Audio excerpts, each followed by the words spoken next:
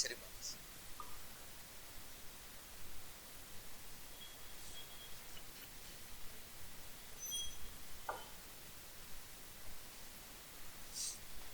అంతరాయతిమిరోపశాంతయే శాంతపావనమచింత్య వైభవం తం నరం వపుషి కుంజరం ముఖే మన్మహే కిమపి తుందిలం మహః శరణం కరవాణి శర్మదం తే చరణం వాణి చరాచరోపజీవ్యం కరుణామసృణైః కటాక్షపాతైః కురు మాం అంబ కృతార్థసార్థవాహం శారదా శారదాంభోజవదనా వదనాంబుజే సర్వదా సర్వదాస్మాకం సన్నిధిః సన్నిధిం క్రియాత్ విమలపటీ కమలకుటీ పుస్తక రుద్రాక్ష శస్తహస్తపుటీ కామాక్షి పక్ష్మలాక్షి కలిత విపంచీ విభాసి వైరించి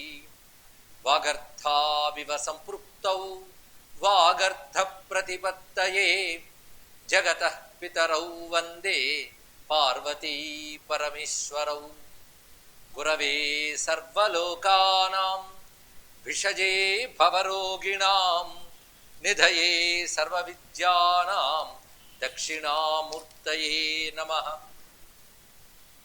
నారాయణ సమారంభాం వ్యాసశంకర మధ్యమాం అస్మదాచార్య పర్యంతాం వందే గురు పరంపరాం నారాయణం నమస్కృత్య నరం చైవ నరోత్తమం దేవీం సరస్వతీం వ్యాసం తతో జయముదీరయేత్ ఐశ్వరం పరమం తత్వం ఆదిమధ్యాంతవర్జితం ఆధారం సర్వలోకానాం అనాధారమవిక్రియం అనంతానందబోధాంబునిధిం అద్భుత విక్రమం అంబికాపతిమీశానం అనిశం ప్రణమామ్యహం అంబికాపతిమీశానం అనిశం ప్రణమామ్యహం శివాయ గురవే నమః శివాయ గురవే నమః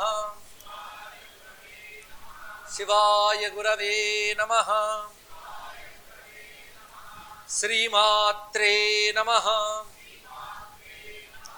శ్రీమాత్రే నమః శ్రీమాత్రే నమః శ్రీ విష్ణురూపాయ నమః శివాయ శ్రీ విష్ణురూపాయ నమః శివాయ శ్రీ విష్ణురూపాయ నమః శివాయ శ్రీ శారదా పరమేశ్వర్యై నమః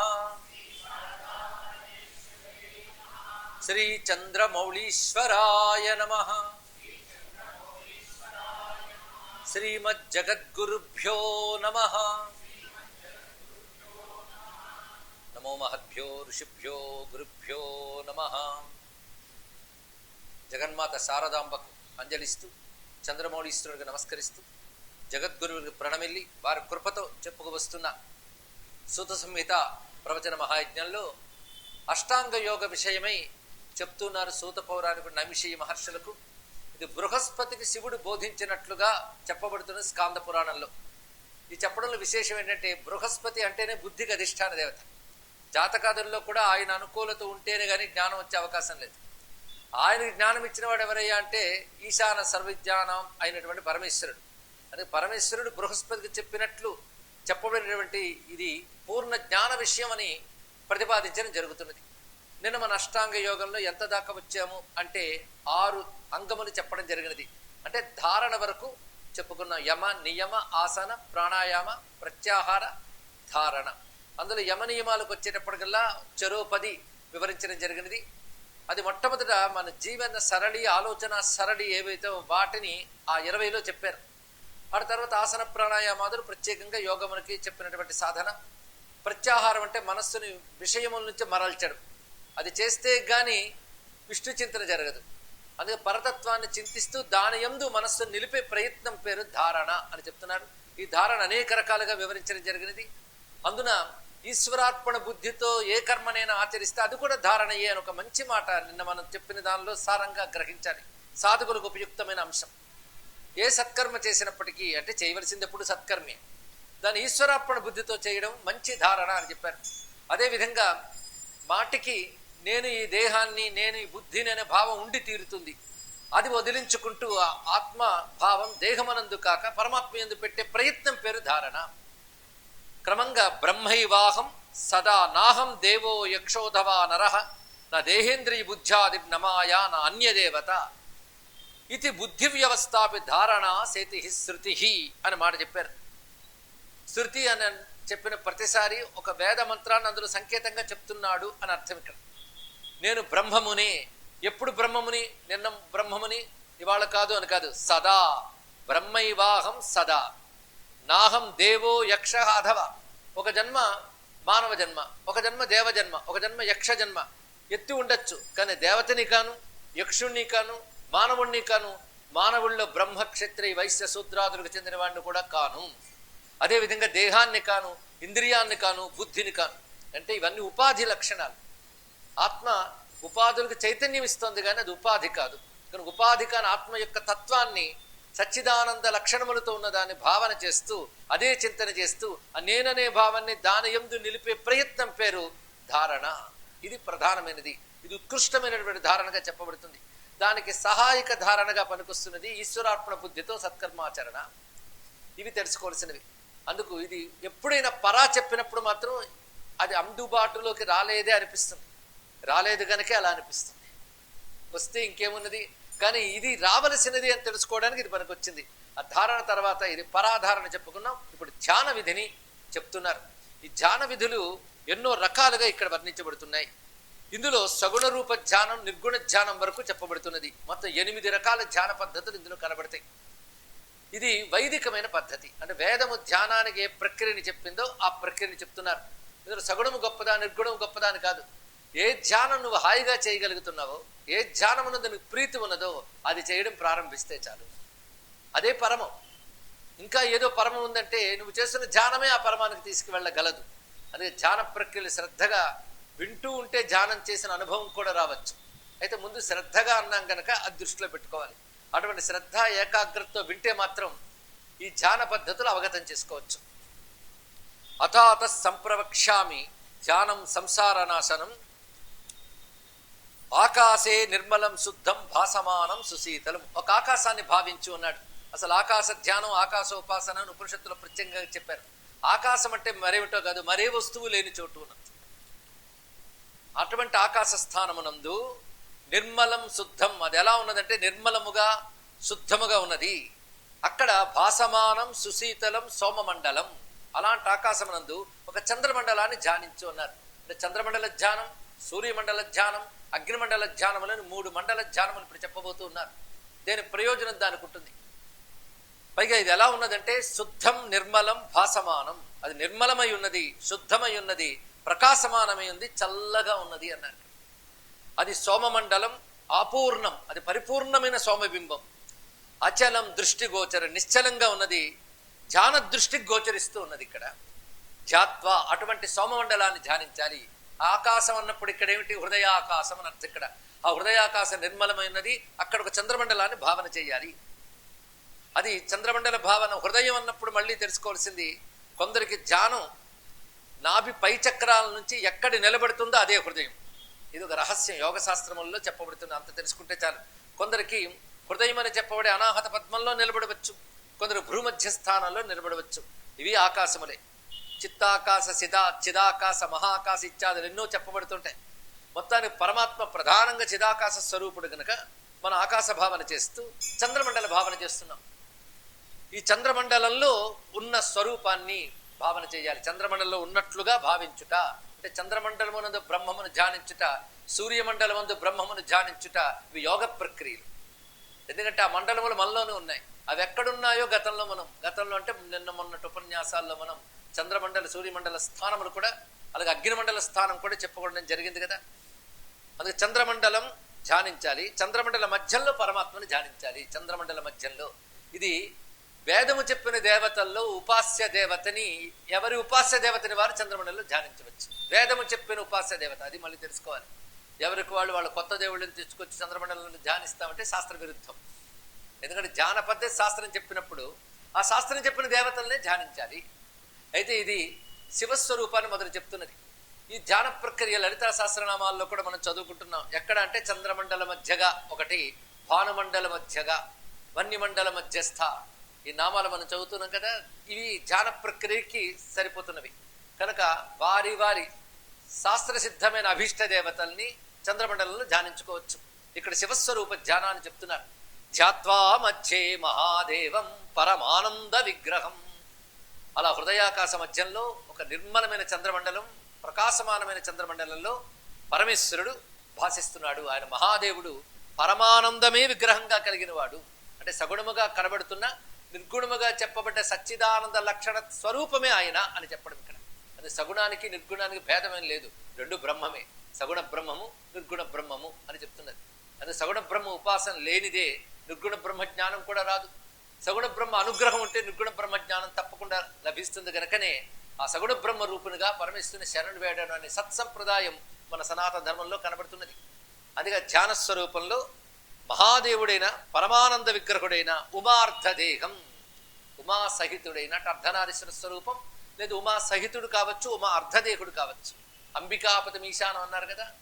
ఎప్పుడైనా శక్తి సహితంగానే శివుని ధ్యానించని చెప్పబడుతుంది. ఉమార్ధదేహం వరదం ఉత్పత్తి స్థితి వర్జితం. ఎవరు ఏది కోరుకుంటే అది ఇచ్చేవాడు గనక వరదుడు. అటువంటి శక్తి ఆయనకున్నది ఈశ్వరుడు గనక. రెండవది ఉత్పత్తి స్థితి లేనటువంటి వాడు, అంటే పుట్టుట పెరుగుట మొదలైనవి లేవు ఆయనకి. ఆయన పని లక్షణం ఉండడమే. అటువంటి వాడు శుద్ధ స్ఫటిక సంకాశం, తన నిర్గుణతత్వాన్ని చెప్పేదే ఆ వర్ణం. శుద్ధ స్ఫటికం వలె ప్రకాశిస్తున్న తెల్లని వాడు చంద్రరేఖావతంసకం, చంద్రరేఖని దాల్చి ఉన్నాడు. చంద్రరేఖ తురియ తత్వాన్ని చెప్తుంది. పరమేశ్వరుడు తురియ కళని దాల్చి ఉన్నాడు. త్రిలోచనం చతుర్బాహుం నీలగ్రీవం పరాత్పరం. 3 కన్నుల వాడు, 4 చేతుల వాడు, నీలకంఠుడు, పరాత్పరం సర్వోత్కృష్టుడు. అంటే ప్రకృతికి కూడా అతీతమైన వాడిని పరాత్పరుడు అంటారు. ఎందుకంటే మనం ఎంతో విచారణ చేసే ప్రకృతి దాకా వెళతాం. ప్రకృతికి ఈవలంతా ప్రపంచము జీవభావం ఉంటుంది, ప్రకృతికి ఆవల పరమాత్మ ఉంటాడు. అది ప్రకృతికి ఆవలు ఉన్నవాడు అని చెప్పడానికి పరాత్పరం అనే శబ్దం అలా వాడతారు. ధ్యాయే నిత్యం, అటువంటి వాడిని ఎలా ధ్యానించాలంటే సదా సోహమితి బ్రహ్మ విదాంబర అని సోహం భావేన పూజ ఎత్తన్నట్లుగా సోహం అని భావించాలి. సోహం అంటే ఫలానా పేరున్న నేను శివుణ్ణి అనుకోవడం కాదు, అలాగే ఇంత ఒడ్డు పొడుగున్న నేను శివుణ్ణి అనుకోవడం కాదు. అహం అని ఏది లోపల ఉన్నదో అది శివస్వరూపమే. ఆ శివుడిని నేను ధ్యానిస్తున్నాను అని అభిన్నముగా ధ్యానించుట ఈ సోహం భావేన పూజ అనే మాట ఇక్కడ చెప్తున్నారు. ఇక్కడ ధ్యాన ప్రక్రియ కూడా ఇక్కడ ధ్యానం అనగానే తెలుస్తుంది, బాహ్యము కాదు. అది అర్చనాదుల్లో బాహ్యం కావచ్చు, కానీ ధ్యానం ఉన్నది మాత్రం నీలో అహం రూప చైతన్యానికి ఆధారమైన ఏ ఆత్మ ఉన్నదో అదే అసలహం గనక అదే శివస్వరూపంగా ఇక్కడ భావించుతున్నాం. ఇది తెలుసుకోవాలి. సగుణ రూపంగా భావించిన, సోహం భావంతో భావించడం చాలా విశేషమైన అంశము. అందుకే అహమిత్యే విభావయే భవాని మన మాటలో కూడా దాన్నే తెలియజేశారు. ప్రతి ధ్యాన శ్లోకంలో కూడా తెలుసుకోవాలి సోహం భావేనా అంటే నువ్వు ధ్యానిస్తున్నది ఎక్కడ? హృదయంలోనే కదా. హృదయంలో ధ్యానిస్తున్నది ఎవరిని? నువ్వే కదా క్రియ చేస్తున్నావు. ధ్యానిస్తున్నవాడు నువ్వే. అప్పుడు నువ్వే అనబడే చైతన్యమే ఆ రూపంగా ఉందని తెలుసుకో. పరమాత్మ లోకాలను అనుగ్రహించడం కోసం ఆ సగుణ స్వరూపాన్ని ధరించాడు. ఆ ధరించిన దాన్ని నువ్వు ధ్యానిస్తున్నావు. ఆ పరమాత్మ నీలో నేను అనే చైతన్యంగా ఉన్నాడు గనక ఆ పరమాత్మ నేనుకు భిన్నము కాడనే తాదాత్మ్యంగా ధ్యానం చేయాలి. తాదాత్మ్య ధ్యానం చాలా విశేషం. ఇది హఠాత్తుగా రాదు, క్రమంగా వస్తుంది అని.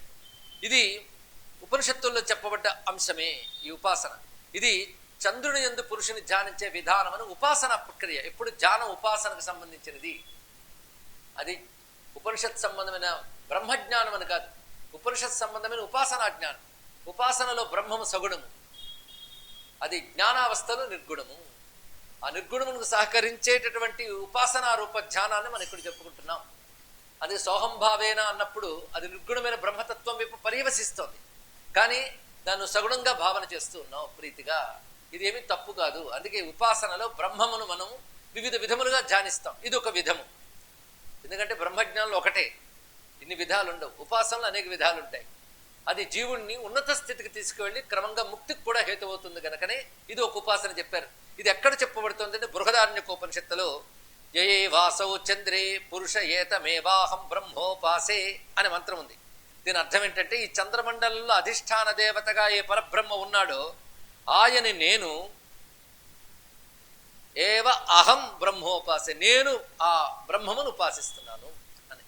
ఈ మాటలు నేను అంటే సోహంభావేన పూజ ఎత్తని స్పష్టంగా ఉపనిషత్తు చెప్తున్నది. కానీ చంద్రమండల ధ్యానం చేయాలి. ఇది చేసినప్పుడు మళ్ళీ నేనని వేరే ఉన్నానని కాకుండా ఆ స్వరూపమే నీలో మిగిలిపోవాలి. అంత తాదాత్మ్యం కావాలండి. ఆ తాదాత్మ్య స్థితిని ఇక్కడ చూపించారు. ఇక రెండవది అంతరాదిత్య ఉపాసన. ఇది కూడా ఉపనిషత్ ప్రతిపాద్యం. ఇది ఛాందోగ్యోపనిషత్తులో చెప్పబడుతున్నది. అది అంతరాదిత్యోపాసన. అంటే ఇక్కడ మీకు చెప్పే ధారణలు ధ్యానాలు అన్నీ ఉపనిషత్తు వేదము ఏం చెప్పిందో దాన్ని చెప్తున్నారు ఇక్కడ. అంటే ఈ ప్రక్రియ అంతా వేదజన్యము అని మనకు తెలుస్తున్నది. అథవా ఆకాశ మధ్యస్థే భ్రాజమానే సుశోభనే, మళ్ళీ ఆకాశాన్ని భావించన్నాడు. ఆకాశ మధ్యంలో ఆదిత్య మండలే పూర్ణే 1,00,000 యోజన విస్తృతే. ఆదిత్య మండలం 1,00,000 యోజన విస్తారమని వేదవాగ్మయం చెప్తోంది. కానీ మనస్సులో భావించు 1,00,000 యోజనాలు కూడా హాయిగా భావించవచ్చు మనస్సు. అరే ఇంత శరీరంలో ఇంత మనస్సు ఎలా భావిస్తుందంటే అదే మనస్సుకున్న గొప్ప శక్తి. అదే మనస్సుకున్న శక్తి సామాన్యం కాదు. దాని గురించి కూడా వేదమే చెప్తుంది. అంత భావించగలగాలి.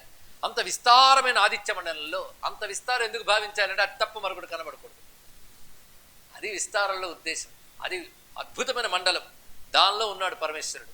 అక్కడ తెల్లగా ఉన్నాడు, నెలవంక దాల్చి ఉన్నాడు, నీలకంఠుడు. ఎక్కడ? చంద్రమండలంలో. ఇక్కడ ఎలా ఉన్నాడు చూడండి. సర్వలోక విధాతారం ఈశ్వరం హేమరూపిణం. శ్రద్ధగా వినేవాళ్ళకి ఇక్కడే ధ్యానం అయిపోతుంటుంది. ఆయన ఎవడో వచ్చి కూర్చున్నాడు కాదు, సర్వలోక విధాత ఆయన. అంటే సృష్టి స్థితి లయలు జగద్విధానము ఏర్పరిచిన వాడు విధాత. అంటే జగత్తు ఎలా నడవాలో ఒక పద్ధతిని ఏర్పరిచిన వాడు గనక విధాత. ఏ లోకానికి విధాత? సర్వలోక విధాత అయినటువంటి ఈశ్వరుడు హేమ రూపిణం, బంగారు రంగుతో ప్రకాశిస్తున్నవాడు. హిరణ్మయ శ్మశ్రుకేశం హిరణ్మయ నఖం తథా.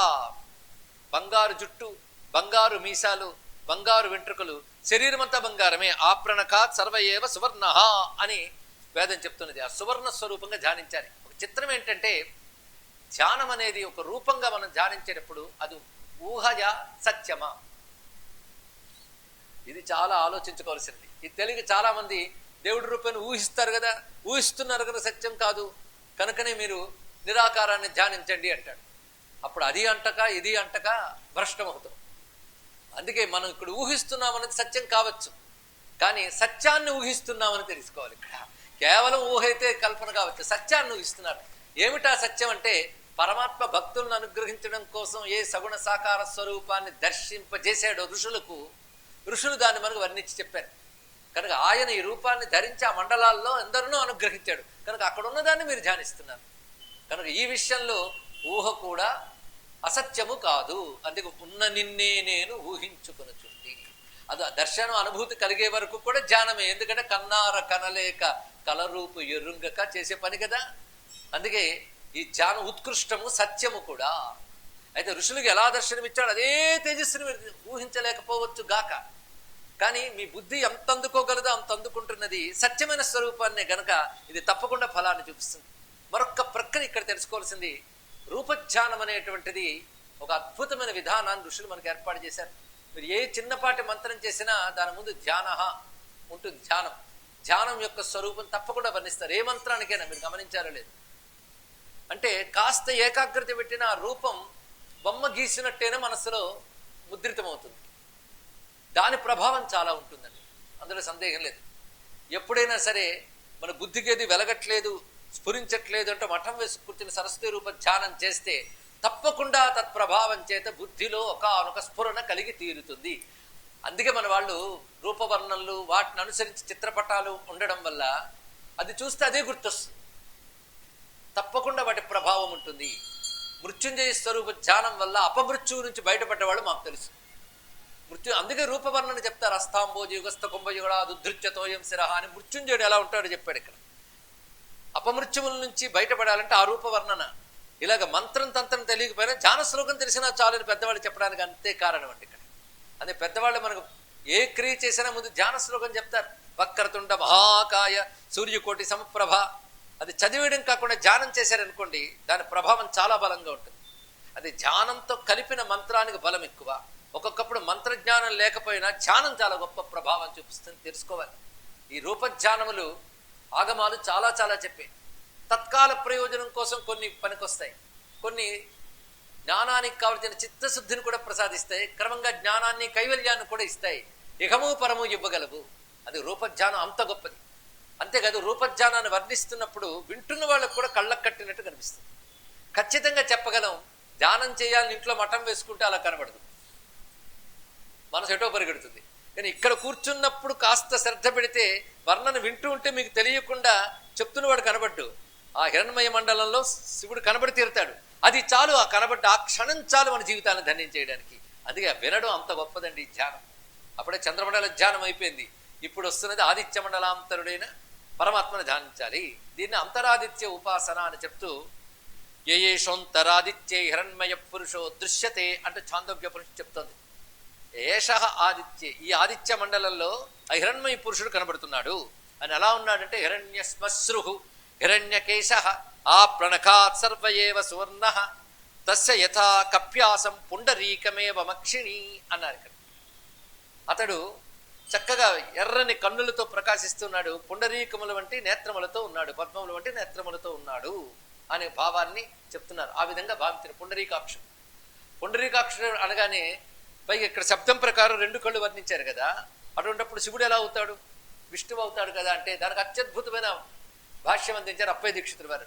నాయన అగ్నినేత్రం ఎప్పుడు పెడితే అప్పుడు అడిగితే అప్పుడు మూసే ఉంచుతాడు, ఎప్పుడు చూపించేది 2 నేత్రములే, కనుక ఇది శివపరంగా కూడా వర్ణించవచ్చు అన్నారు ఇక్కడ. అందుకే పుండరీకాక్షుడు అన్నప్పుడు ఇద్దరికీ వర్తిస్తుంది, శివుడికి విష్ణువు కూడా. విష్ణు ధ్యానం కూడా సమానమే, 2 ఒకే పరతత్వం, అది ఎప్పుడు మర్చిపోరా.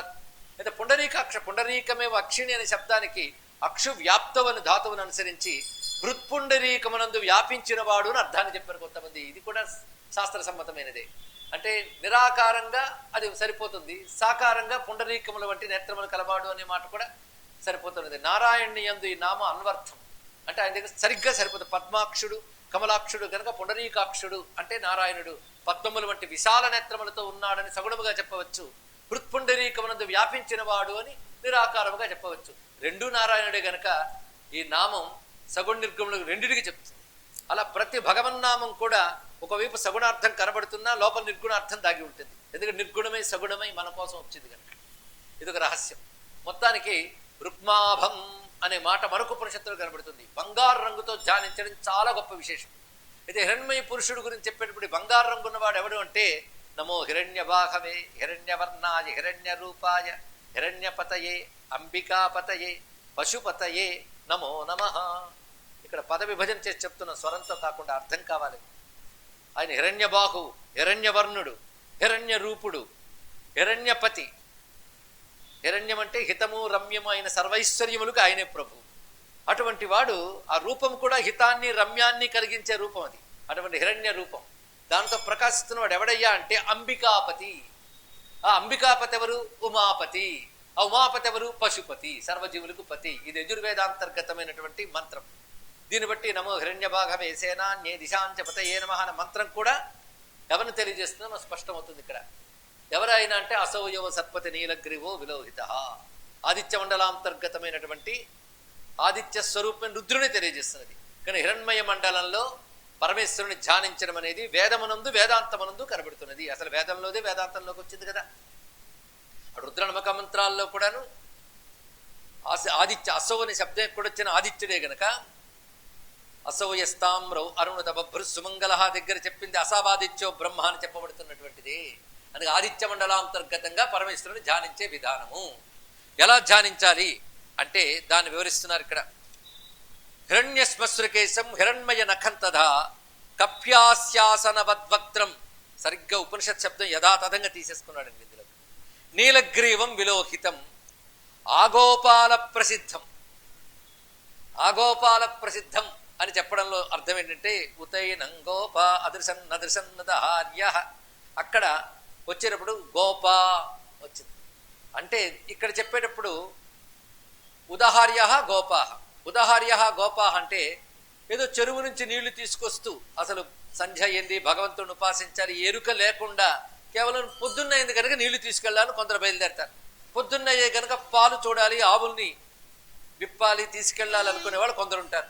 వీళ్ళు ఎలాంటి వాళ్ళు అంటే సామాన్యులు. వీళ్ళకి భగవజ్ఞానం కానీ మోక్ష సాధన కానీ లేదు. వాళ్ళు చేస్తున్న పని ఏమిటి? లౌకికంగా ఆవుల్ని మేపడానికో లేకపోతే నీళ్లు తీసుకురావడానికో బయలుదేరుతున్నారు.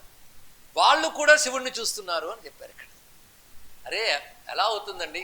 నిర్గుణంగా చూడగలిగే వాళ్ళు వేదాంత నిష్ఠులు, సగుణంగా చూడగలిగే వాళ్ళు ఉపాసకులు.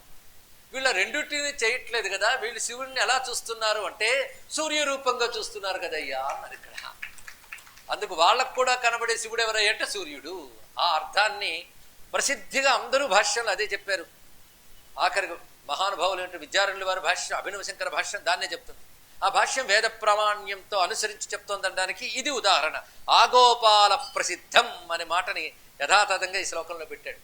అంటే వేదంలో చెప్పిన మంత్రాన్ని ఇక్కడ కప్యాస్యాసనవద్వక్త్రం హిరణ్యశ్మశ్రుకేశం అనే చాందోగ్యోపనిషత్తులోంచి తీసుకున్న వాక్యం.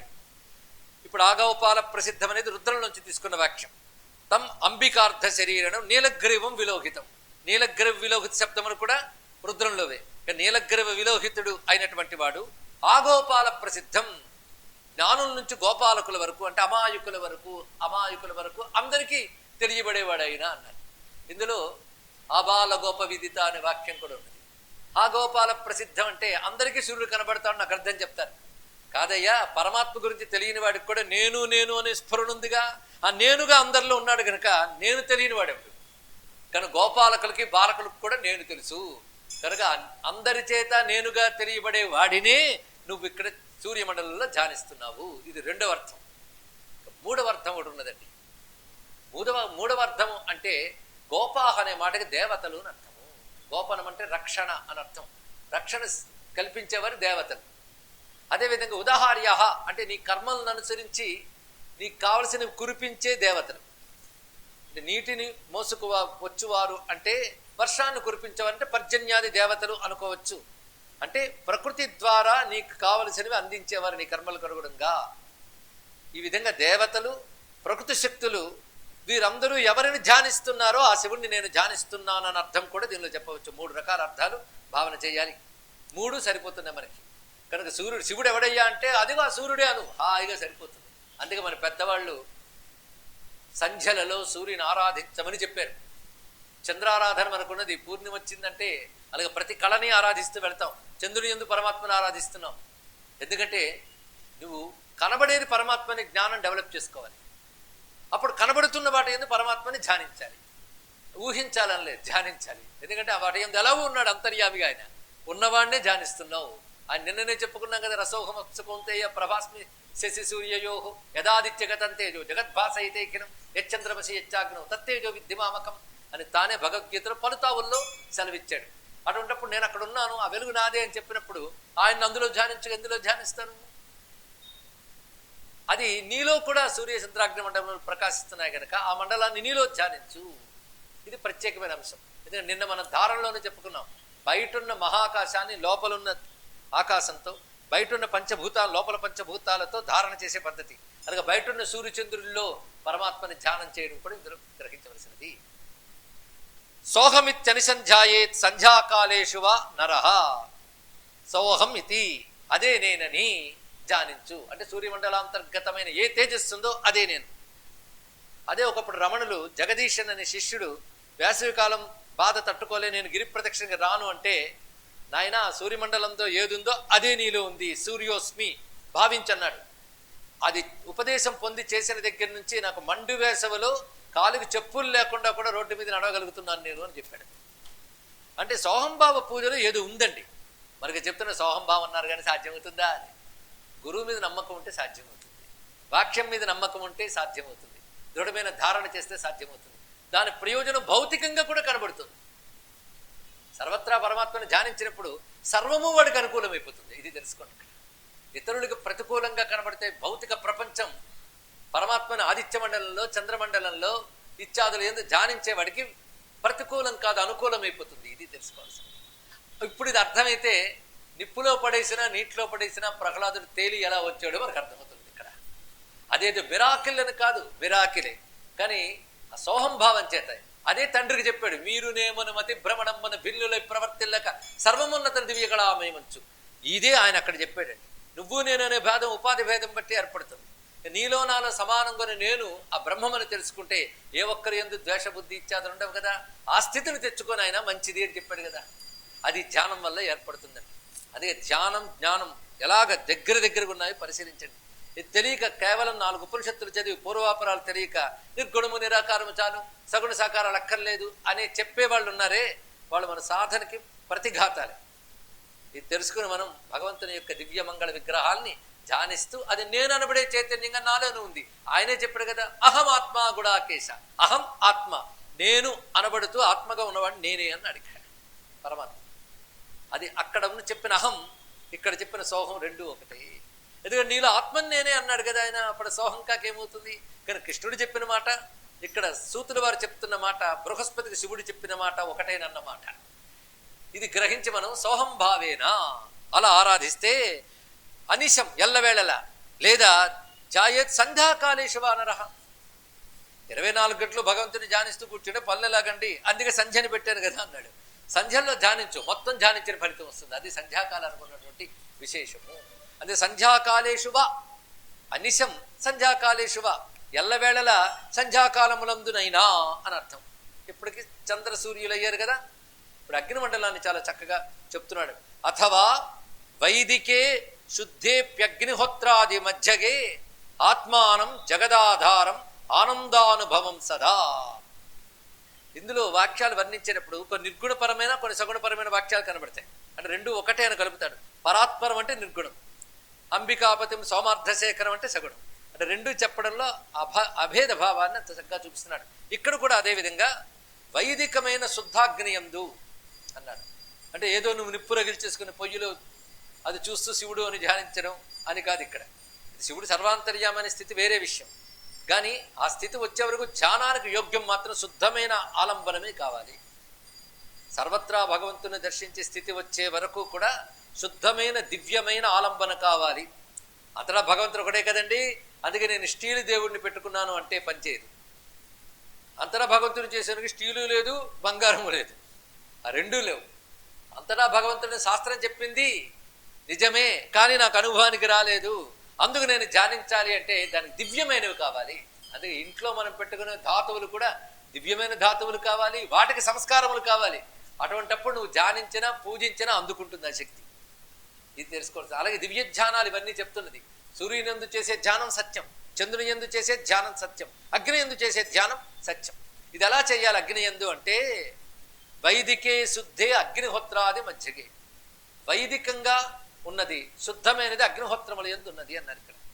అంటే వేదమంత్రములతో రగిల్చినటువంటి అగ్ని, అది శుద్ధాగ్ని అన్నారు ఇక్కడ. అంటే ప్రతి నిప్పు అగ్నిహోత్రం కాదు. అసలు అగ్నిహోత్రం అనే మాటే చాలా విశేషం. ఎవడో ఏదో మంట పెట్టి అగ్నిహోత్రం పెట్టానంటే కుదరదు. హోత్రం అనే మాటే చెప్తున్నది. ఏ అగ్ని ఆహుతుల్ని స్వీకరించడానికి సిద్ధంగా ఉన్నది అది అగ్నిహోత్రం. అది అదే దేవతలను ఉద్దేశించి ఆహుతులు వేయడానికి అగ్నిని సంస్కరిస్తారు. అగ్ని సంస్కారం ఎలా జరుగుతుందో అనేది క్రియ చేసే వాళ్ళకి తెలుస్తుంది. ముఖ్యంగా కుండ సంస్కారం, ఆ తర్వాత మండప సంస్కారం, తర్వాత అగ్నిహోత్రాలని తీసుకొచ్చే విధానం, అగ్నిని తెచ్చి అందులో వేసే విధానం ఉంటుంది ఇక్కడ. అది చేశాక అగ్నిని సంస్కరించే విధానం చెప్తారు ఇక్కడ. అవన్నీ ఆ క్రియలు చేసే వాళ్ళకి తెలుస్తూ ఉంటాయి. ఒకవేళ చేసి ఉంటే ఇప్పుడు గుర్తుకొస్తాయి అంతే. ఇలా సంస్కరింపబడిన అగ్నిహోత్రం ముందు పరమాత్మని ధ్యానించాలి. ఇది చాలా విశేషం అండి. అది ఎవరైనా యజ్ఞాగ్ని ముందు కూర్చున్నప్పుడు ఈశ్వరుని ముందు కూర్చున్నానని మర్చిపోరాదు. ఎందుకంటే సర్వదేవతలను అగ్నిహోత్రంలో ఆరాధిస్తున్నావు కదా. కానీ సర్వదేవతాత్మకుడు ఈశ్వరుడు అందులో ఉన్నాడు. అందుకే రుద్రో ఏష యదగ్నిహి అనే మంత్రం కూడా వేదంలో మనకు కనబడుతుంది. రుద్రుడే అగ్నిస్వరూపుడు అనే విషయం. కానీ అగ్నిహోత్రంలో ఆయన ధ్యానించాలి. ఎందుకంటే తత్స్వరూపుడుగా ఆయన ఉన్నాడు. తాను స్వీకరించి సర్వదేవతలకు ఇస్తాడు ఆయనే. అందుకే ఒక జఠరాగ్ని ఆహారాన్ని స్వీకరించి ఇంద్రియాలకు ఇచ్చినట్లు పరమాత్మ అగ్నిహోత్రము ద్వారా ఆహుతులు స్వీకరించి దేవతలందరికీ ఇస్తున్నాడు అనే విషయం మనకి శాస్త్రాదులు ఎందుకు చక్కగా చెప్పబడుతున్నది. అలా హవిస్సుల్ని ఆహరిస్తాడు కనుక హరి అని పేరు వచ్చిందని. యజ్ఞో వై విష్ణు కదా. కానీ హవిస్సుని స్వీకరిస్తాడు కనుకే యజ్ఞేశ్వరుడు ఆయన పేరు. మరి హరుడు ఎవరండి? పేరే తెలుసు, హరి హర ఇద్దరు ఒకటే. గుడి మారింది కానీ పని మారలేదు. అది తెలుసుకుంటే ఉభయుల్ని అగ్నిహోత్రయందే మనం ఆరాధన చేస్తున్నాం. అసలు రుద్ర అనేది అగ్ని శబ్దానికి తెలియజేస్తున్నది అని అష్టమూర్తి ఆరాధనలో రుద్రాయ అగ్నిమూర్తి అయిన మహా అంటున్నాం కనుక అగ్నిహోత్ర స్వరూపుడు ఆయనే. యజ్ఞరూపంగా అగ్నిహోత్రుడు, జ్ఞాన రూపంగా బ్రహ్మరూపుడు ఆయన ఇక్కడ. అందుకే కర్మ బ్రహ్మస్వరూపిణి కాండద్వయోపపాధ్యాయ కర్మ బ్రహ్మస్వరూపిణి యజ్ఞేశాయ నమో నమః అంటున్నాం కదా.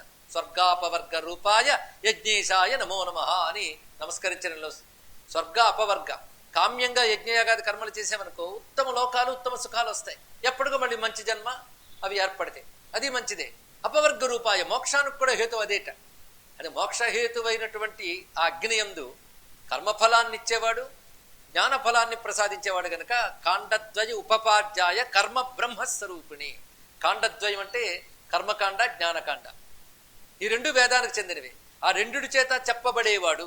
ఎలా చెప్పబడుతున్నాడంటే కర్మ బ్రహ్మ స్వరూపిణి. కర్మకాండలో కర్మఫల ప్రదాతగా చెప్పబడుతున్నాడు, జ్ఞానకాండలో బ్రహ్మముగా తెలియబడుతున్నాడు. అటువంటి యజ్ఞేశ్వరుడికి నమస్కారం. యజ్ఞేశ్వరుడు కదా, ఆ ఈశ్వరుని ధ్యానిస్తున్నారు. ఎలా ధ్యానించాలి అంటే జగదాధారం, జగత్తుకు ఆధారమైన వాడు, కేవల ఆనంద అనుభవ స్వరూపుడు. భగవంతుడు ప్రత్యక్షం అంటే అనుభవం తెలుసుకోండి. ప్రత్యక్ష శబ్దానికి అర్థం అది. అందుకని ఎదురుగా మంచి గ్రాఫిక్స్తో డిజిటల్ సౌండ్స్తో ఠామ్ అని ప్రత్యక్షం అవడం కాదు. ఇక్కడ అపారమైన ఇంద్రియాతీతమైన ఆనందానుభవమే భగవంతుని యొక్క సాక్షాత్కారం. ఆ విషయాన్ని ఆనంద స్ఫురద అనుభవాభ్యాం నతిరియం అంటూ అద్భుతమైన భావన చెప్పాడు. ఆ పరమాత్మను తలుచుకోగానే ఒక తాదాత్మ్య స్థితి వచ్చి ఇంకా భౌతికమైనవి ఏవీ భావంలోకి రాకుండా తద్భావంలో కలిగేటువంటి ఆనందం ఉంది, అది ఈశ్వర సాక్షాత్కారం. ఆనందం కలిగితే ఈశ్వర సాక్షాత్కారం. ఇది తెలుసుకోండి. ఒక రహస్యం ఉన్నది. ఇంకా ఒక యజ్ఞం చేసే కూడా అంతా బాగా జరిగిందండి అని తృప్తి కలిగితే ఈశ్వరుడు సంతోషించినట్టు.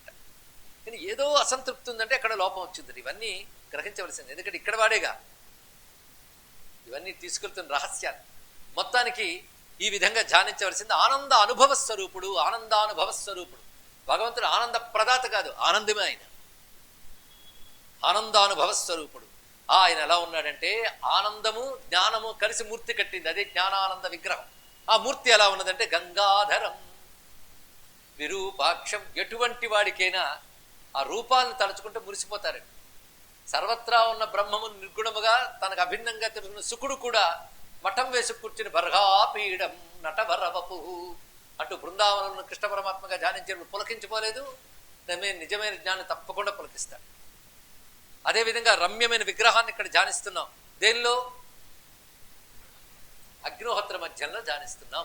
ఇది నేరుగా మీరు అగ్నిహోత్రంలో ధ్యానించవచ్చు, హృదయంలో అగ్నిహోత్రాన్ని ధ్యానిస్తూ తన్మండల మధ్యవర్తిగా కూడా భావించవచ్చు. అంటే ఇందాక చెప్పినటువంటి సూర్య చంద్ర ఇత్యాదుల్ని సాక్షాన్ మండలంలో ధ్యానించడం, హృదయాకాశ మధ్యగే అక్కడ కూడా ధ్యానించాలి. ఇది కూడా దాని కిందకే వర్తిస్తున్నది. ఎందుకంటే 3 మండలాలు నీలోనేవి కదా, అది అక్కడ కూడా ధ్యానించని చెప్తున్నారు. అతను ఎవడు?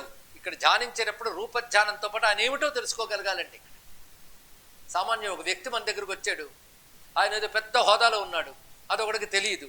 ఎవరండి అయినా అంటాడు, కానీ ఆయన ఎవరనుకున్నావు, ఫలానా హోదాలో ఉన్నాడు అని చెప్తాడు వెంటనే. అంటే ఇద్దరు అదే వ్యక్తిని చూసినా ఈయన ఫలానా ఉన్నత స్థితిలో ఉన్నవాడు, లేదా ఈయన జ్ఞాని, ఈయన యోగి, ఈయన తపస్వి, అవతలవాడు గుర్తించలేదు, నువ్వు గుర్తించావు. గుర్తించడం వల్ల ఆయన యందు రూపం అదే అయినప్పటికీ భావం దివ్యంగా ఉంది కదా. కానీ పరమాత్మ రూపం ధ్యానించేటప్పుడు ఈ భావం వదలకూడదు. ఏ భావం? జగదాధారం, ఆనందానుభవం. అందుకు వీటిని వర్ణించారు. అటువంటి స్వామి గంగాధరుడు, విరూపాక్షుడు అంటే త్రినేత్రుడు, విశ్వరూపుడు. ఆయన చూస్తూనే సమస్తం ఆయన రూపమే అని మళ్ళీ ఎరుక కలగాలి. వృషధ్వజం, చతుర్భుజం, సమాసేనం, చంద్రమౌళిం, కపర్దినం. తెలుస్తున్న అర్థాలే. కపర్దం అంటే గొప్ప జటాజూటం కలిగిన వాడు, చంద్రలేఖని దాల్చినవాడు, రుద్రాక్షమాలాభరణం, రుద్రాక్షమాలని ధరించినవాడు, ఉమాయాపతిమీశ్వరం. ఆవిడని ఎప్పుడు మర్చిపోరాదండి. మొట్టమొదటి కూడా ఉమాయా అన్నాడు, తర్వాత అంబికార్ధ శరీరం అన్నారు, ఇప్పుడు కూడా ఉమాయాపతిమీశ్వరం. ఉమాపతయే పశుపతయే, ఉమాపతిని. ఎలా ఉన్నాడు? అగ్నిహోత్రం నుండి ఎలా ధ్యానించాలో చూడండి. ఒక్కొక్క చోట ఒక్కొక్క ఆకారం. గోక్షీర ధవళాకారం, ఆవు పాల వంటి తెల్లని శరీరం కలవాడు. ఆ రూపం కూడా, ఆ తత్వం కూడా గుహ్యాద్గుహ్యతరం, రహస్యాల్లోకెల్లా రహస్యం. రహస్యం అంటే ఇంద్రియాలతో తెలుసుకోలేనిది, అది రహస్యం. పోనీ ఊహించి తెలుసుకోగలవా? దానివల్ల కాదు, అది గుహ్యాద్గుహ్యతరం. మనస్సుతో మాటతో ఊహించలేని ఏ తత్వం ఉందో అదే మా అంబికాపతి, అదే మా ఉమాపతి అని ధ్యానించు. ఆయన అసలు తత్వం అత్యద్భుతం. అద్భుతాల్లో ఆయన మించిన అద్భుతం లేదండి. అంతటా ఉంటాట, కనబడట, అదే అద్భుతం. అన్నీ తానేట, ఆయన తప్ప అన్నీ కనబడతాయి. సత్యమైన ఆయన కనబడ్డు, సత్యం కాని జగత్తే సత్యంలో కనబడుతుంది. ఇదంతా ఆయన మాయ. కాకపోతే ఏమిటి, ఇంతకంటే అద్భుతం మరొకటి ఉంటుందా? అందుకే ఆశ్చర్యవత్ పశ్యత కశ్చిదేనం. అదే ఇక్కడ అత్యద్భుతం అనిర్ద్వంద్వం, ఆయనతో సమానం మరొకటి లేదు. అటువంటి స్వామిని అహం బుద్ధ్యా విచింతయే, అహం బుద్ధితో విచింతన చేయు. ఇది కూడా మనకి బృహదారణ్యకంలో యయేవాయ మగ్నౌ పురుష ఏతమేవాహం బ్రహ్మోపాసే, సరిగ్గా అక్కడ కూడా చంద్రుని యందు ఇదే బ్రహ్మము అని నేను ఉపాసిస్తున్నాను ఎలా అన్నావో, ఇక్కడ కూడా అగ్ని మండలమునందు ఆ విధంగా ఉపాసన చేస్తున్నాను. ఇప్పుడు ఎన్ని ధ్యానాలు అయ్యాయి, ఎప్పుడు మర్చిపోరాదు.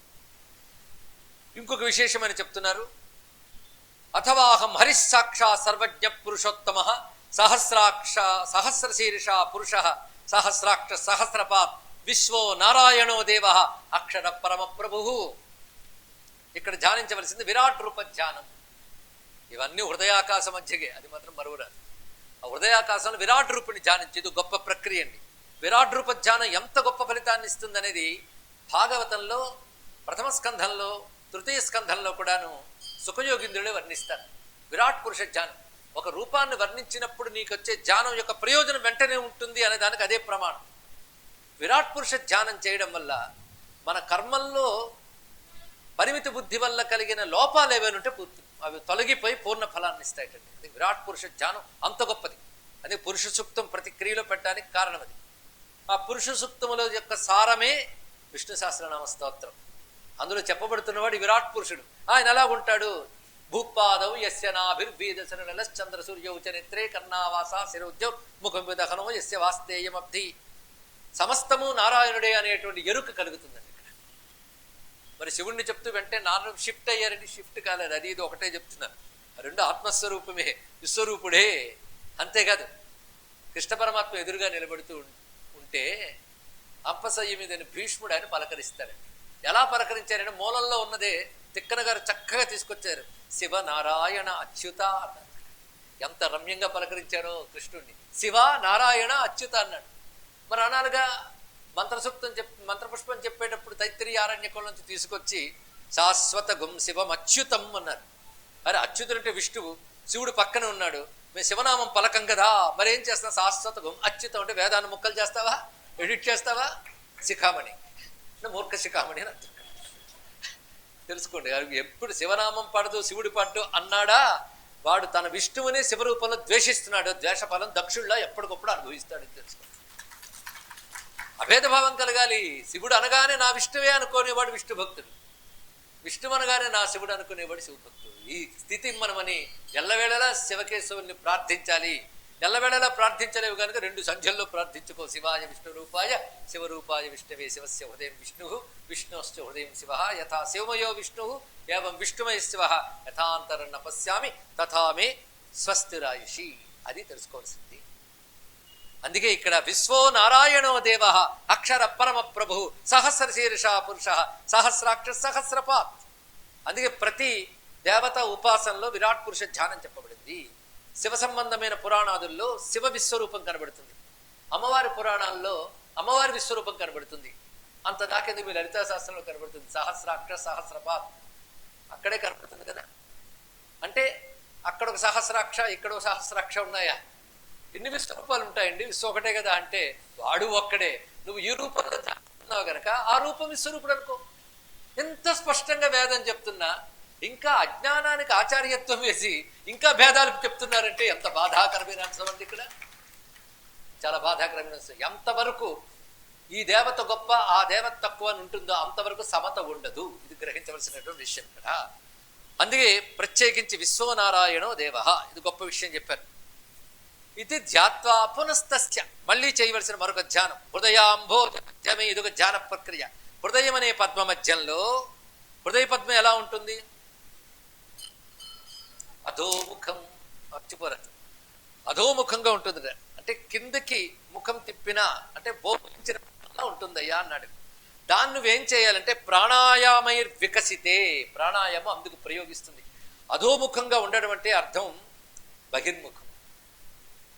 అక్కడ పరమాత్మ ఉన్నప్పటికీ నీ హృదయ సంబంధ సర్వస్పందనలు బహిర్ముఖమై ప్రపంచం వైపు వెళుతున్నాయి. ఎంత చెప్పు దాని గురించి వారు. ఊర్ధ్వముఖమైతే నీ దృష్టి కూడా ప్రపంచం నుంచి పైకి వెళ్ళి పరమాత్మను తెలిసే ప్రయత్నం చేస్తుంది. కనుక నువ్వు ఊహతోనే భావనతోనే ఏం చేయాలంటే ప్రాణాయామముల ద్వారా హృదయ పద్మం వికసించినట్లు భావించి అది ఊర్ధ్వముఖమై వికసించినట్లు భావించాలి. ఇది అధోముఖమైనప్పుడు కింద నుంచి వికసించి అందులో పరమాత్మ వేలాడుతున్నట్టు భావించడం కాదు, అది ఊర్ధ్వముఖమై. అదే ప్రాణాయామై వికసితే పరమేశ్వర మందిరే, అక్కడ ఎలా ఉంటాడు పరమాత్మని ధ్యానించమని చెప్తున్నారు. ఇక్కడికి వచ్చేటప్పటికల్లా రూపధ్యానం లేదు, తత్వధ్యానం వస్తుంది. ఇక్కడ రూపధ్యానం తప్పని కాదు, దాన్ని ఎలా కూడా భావించవచ్చు. ఒక్కొక్కసారి అలా, ఒకసారి ఇలా, ఎలా భావించినా పర్వాలేదండి. ఇక్కడ మనకు నచ్చిన ఒక పిల్లాడికి రకరకాల ఫ్యాన్సీ వేషాలు వేస్తాం. ఇవాళ పంచ కడతాం, రేపు టీషర్ట్ వేస్తాం. ఇవాళ చేతిలో మురళి, పైన నెమలి పిక్చర్ పెడతాం, రేపు కౌబాయ్ టోపీ పెడతాం. నీ ముచ్చట తీర్చుకో, ఏది వేసినా నీ పిల్లాడే. అదే ఒకే పరమాత్మ ఇన్ని రూపాలతో ధ్యానిస్తాను, బాధ లేదు. కానీ ఏ వేషం వేస్తే అదే అనుకోకు, వేషం ధ్యానించినా తప్పులేదు. ఆ వేషంలో భోజనం పెట్టినా ఆ పిల్లాడికి, ఈ వేషంలో భోజనం పెట్టినా ఆ పిల్లాడికి. కానీ అలా ఇలా ధ్యానించినా ఒకే ఈశ్వరుడికి తెలుసుకోగలుగుతారు. ఈ ఏకత్వం ఎంతో సులభంగా శాస్త్రం చెప్తున్నా, దాన్ని జటిలం చేసి మనకు భేద దృష్టి తెచ్చుకుంటున్నాం. ఇది కలి ప్రభావం తప్ప మరొకటి కాదు. కలిదోషములు దూరం గాక అని ప్రార్థిస్తూ ప్రాణాయామం ద్వారా వికసించినటువంటి హృదయాంభోజం. హృదయాంభోజంలో ఎందుకు ధ్యానించాలంటే అది ఆయన రెసిడెన్స్ కనుక అన్నాడు. ఆయన ఇంట్లో ఆయన ధ్యానించడం చాలా బెటర్, అంతే కదండి. అందుకే పరమేశ్వర మందిరే అన్నాడు. ఆయన హృన్మందిరం, అక్కడ ఉంటాడు ఎప్పుడు కూడా. హృదయాంభోజ మధ్యగ, అది తెలివైన వాళ్ళు ఆయన అక్కడ ఉంటాడు, అక్కడే ధ్యానిస్తారు.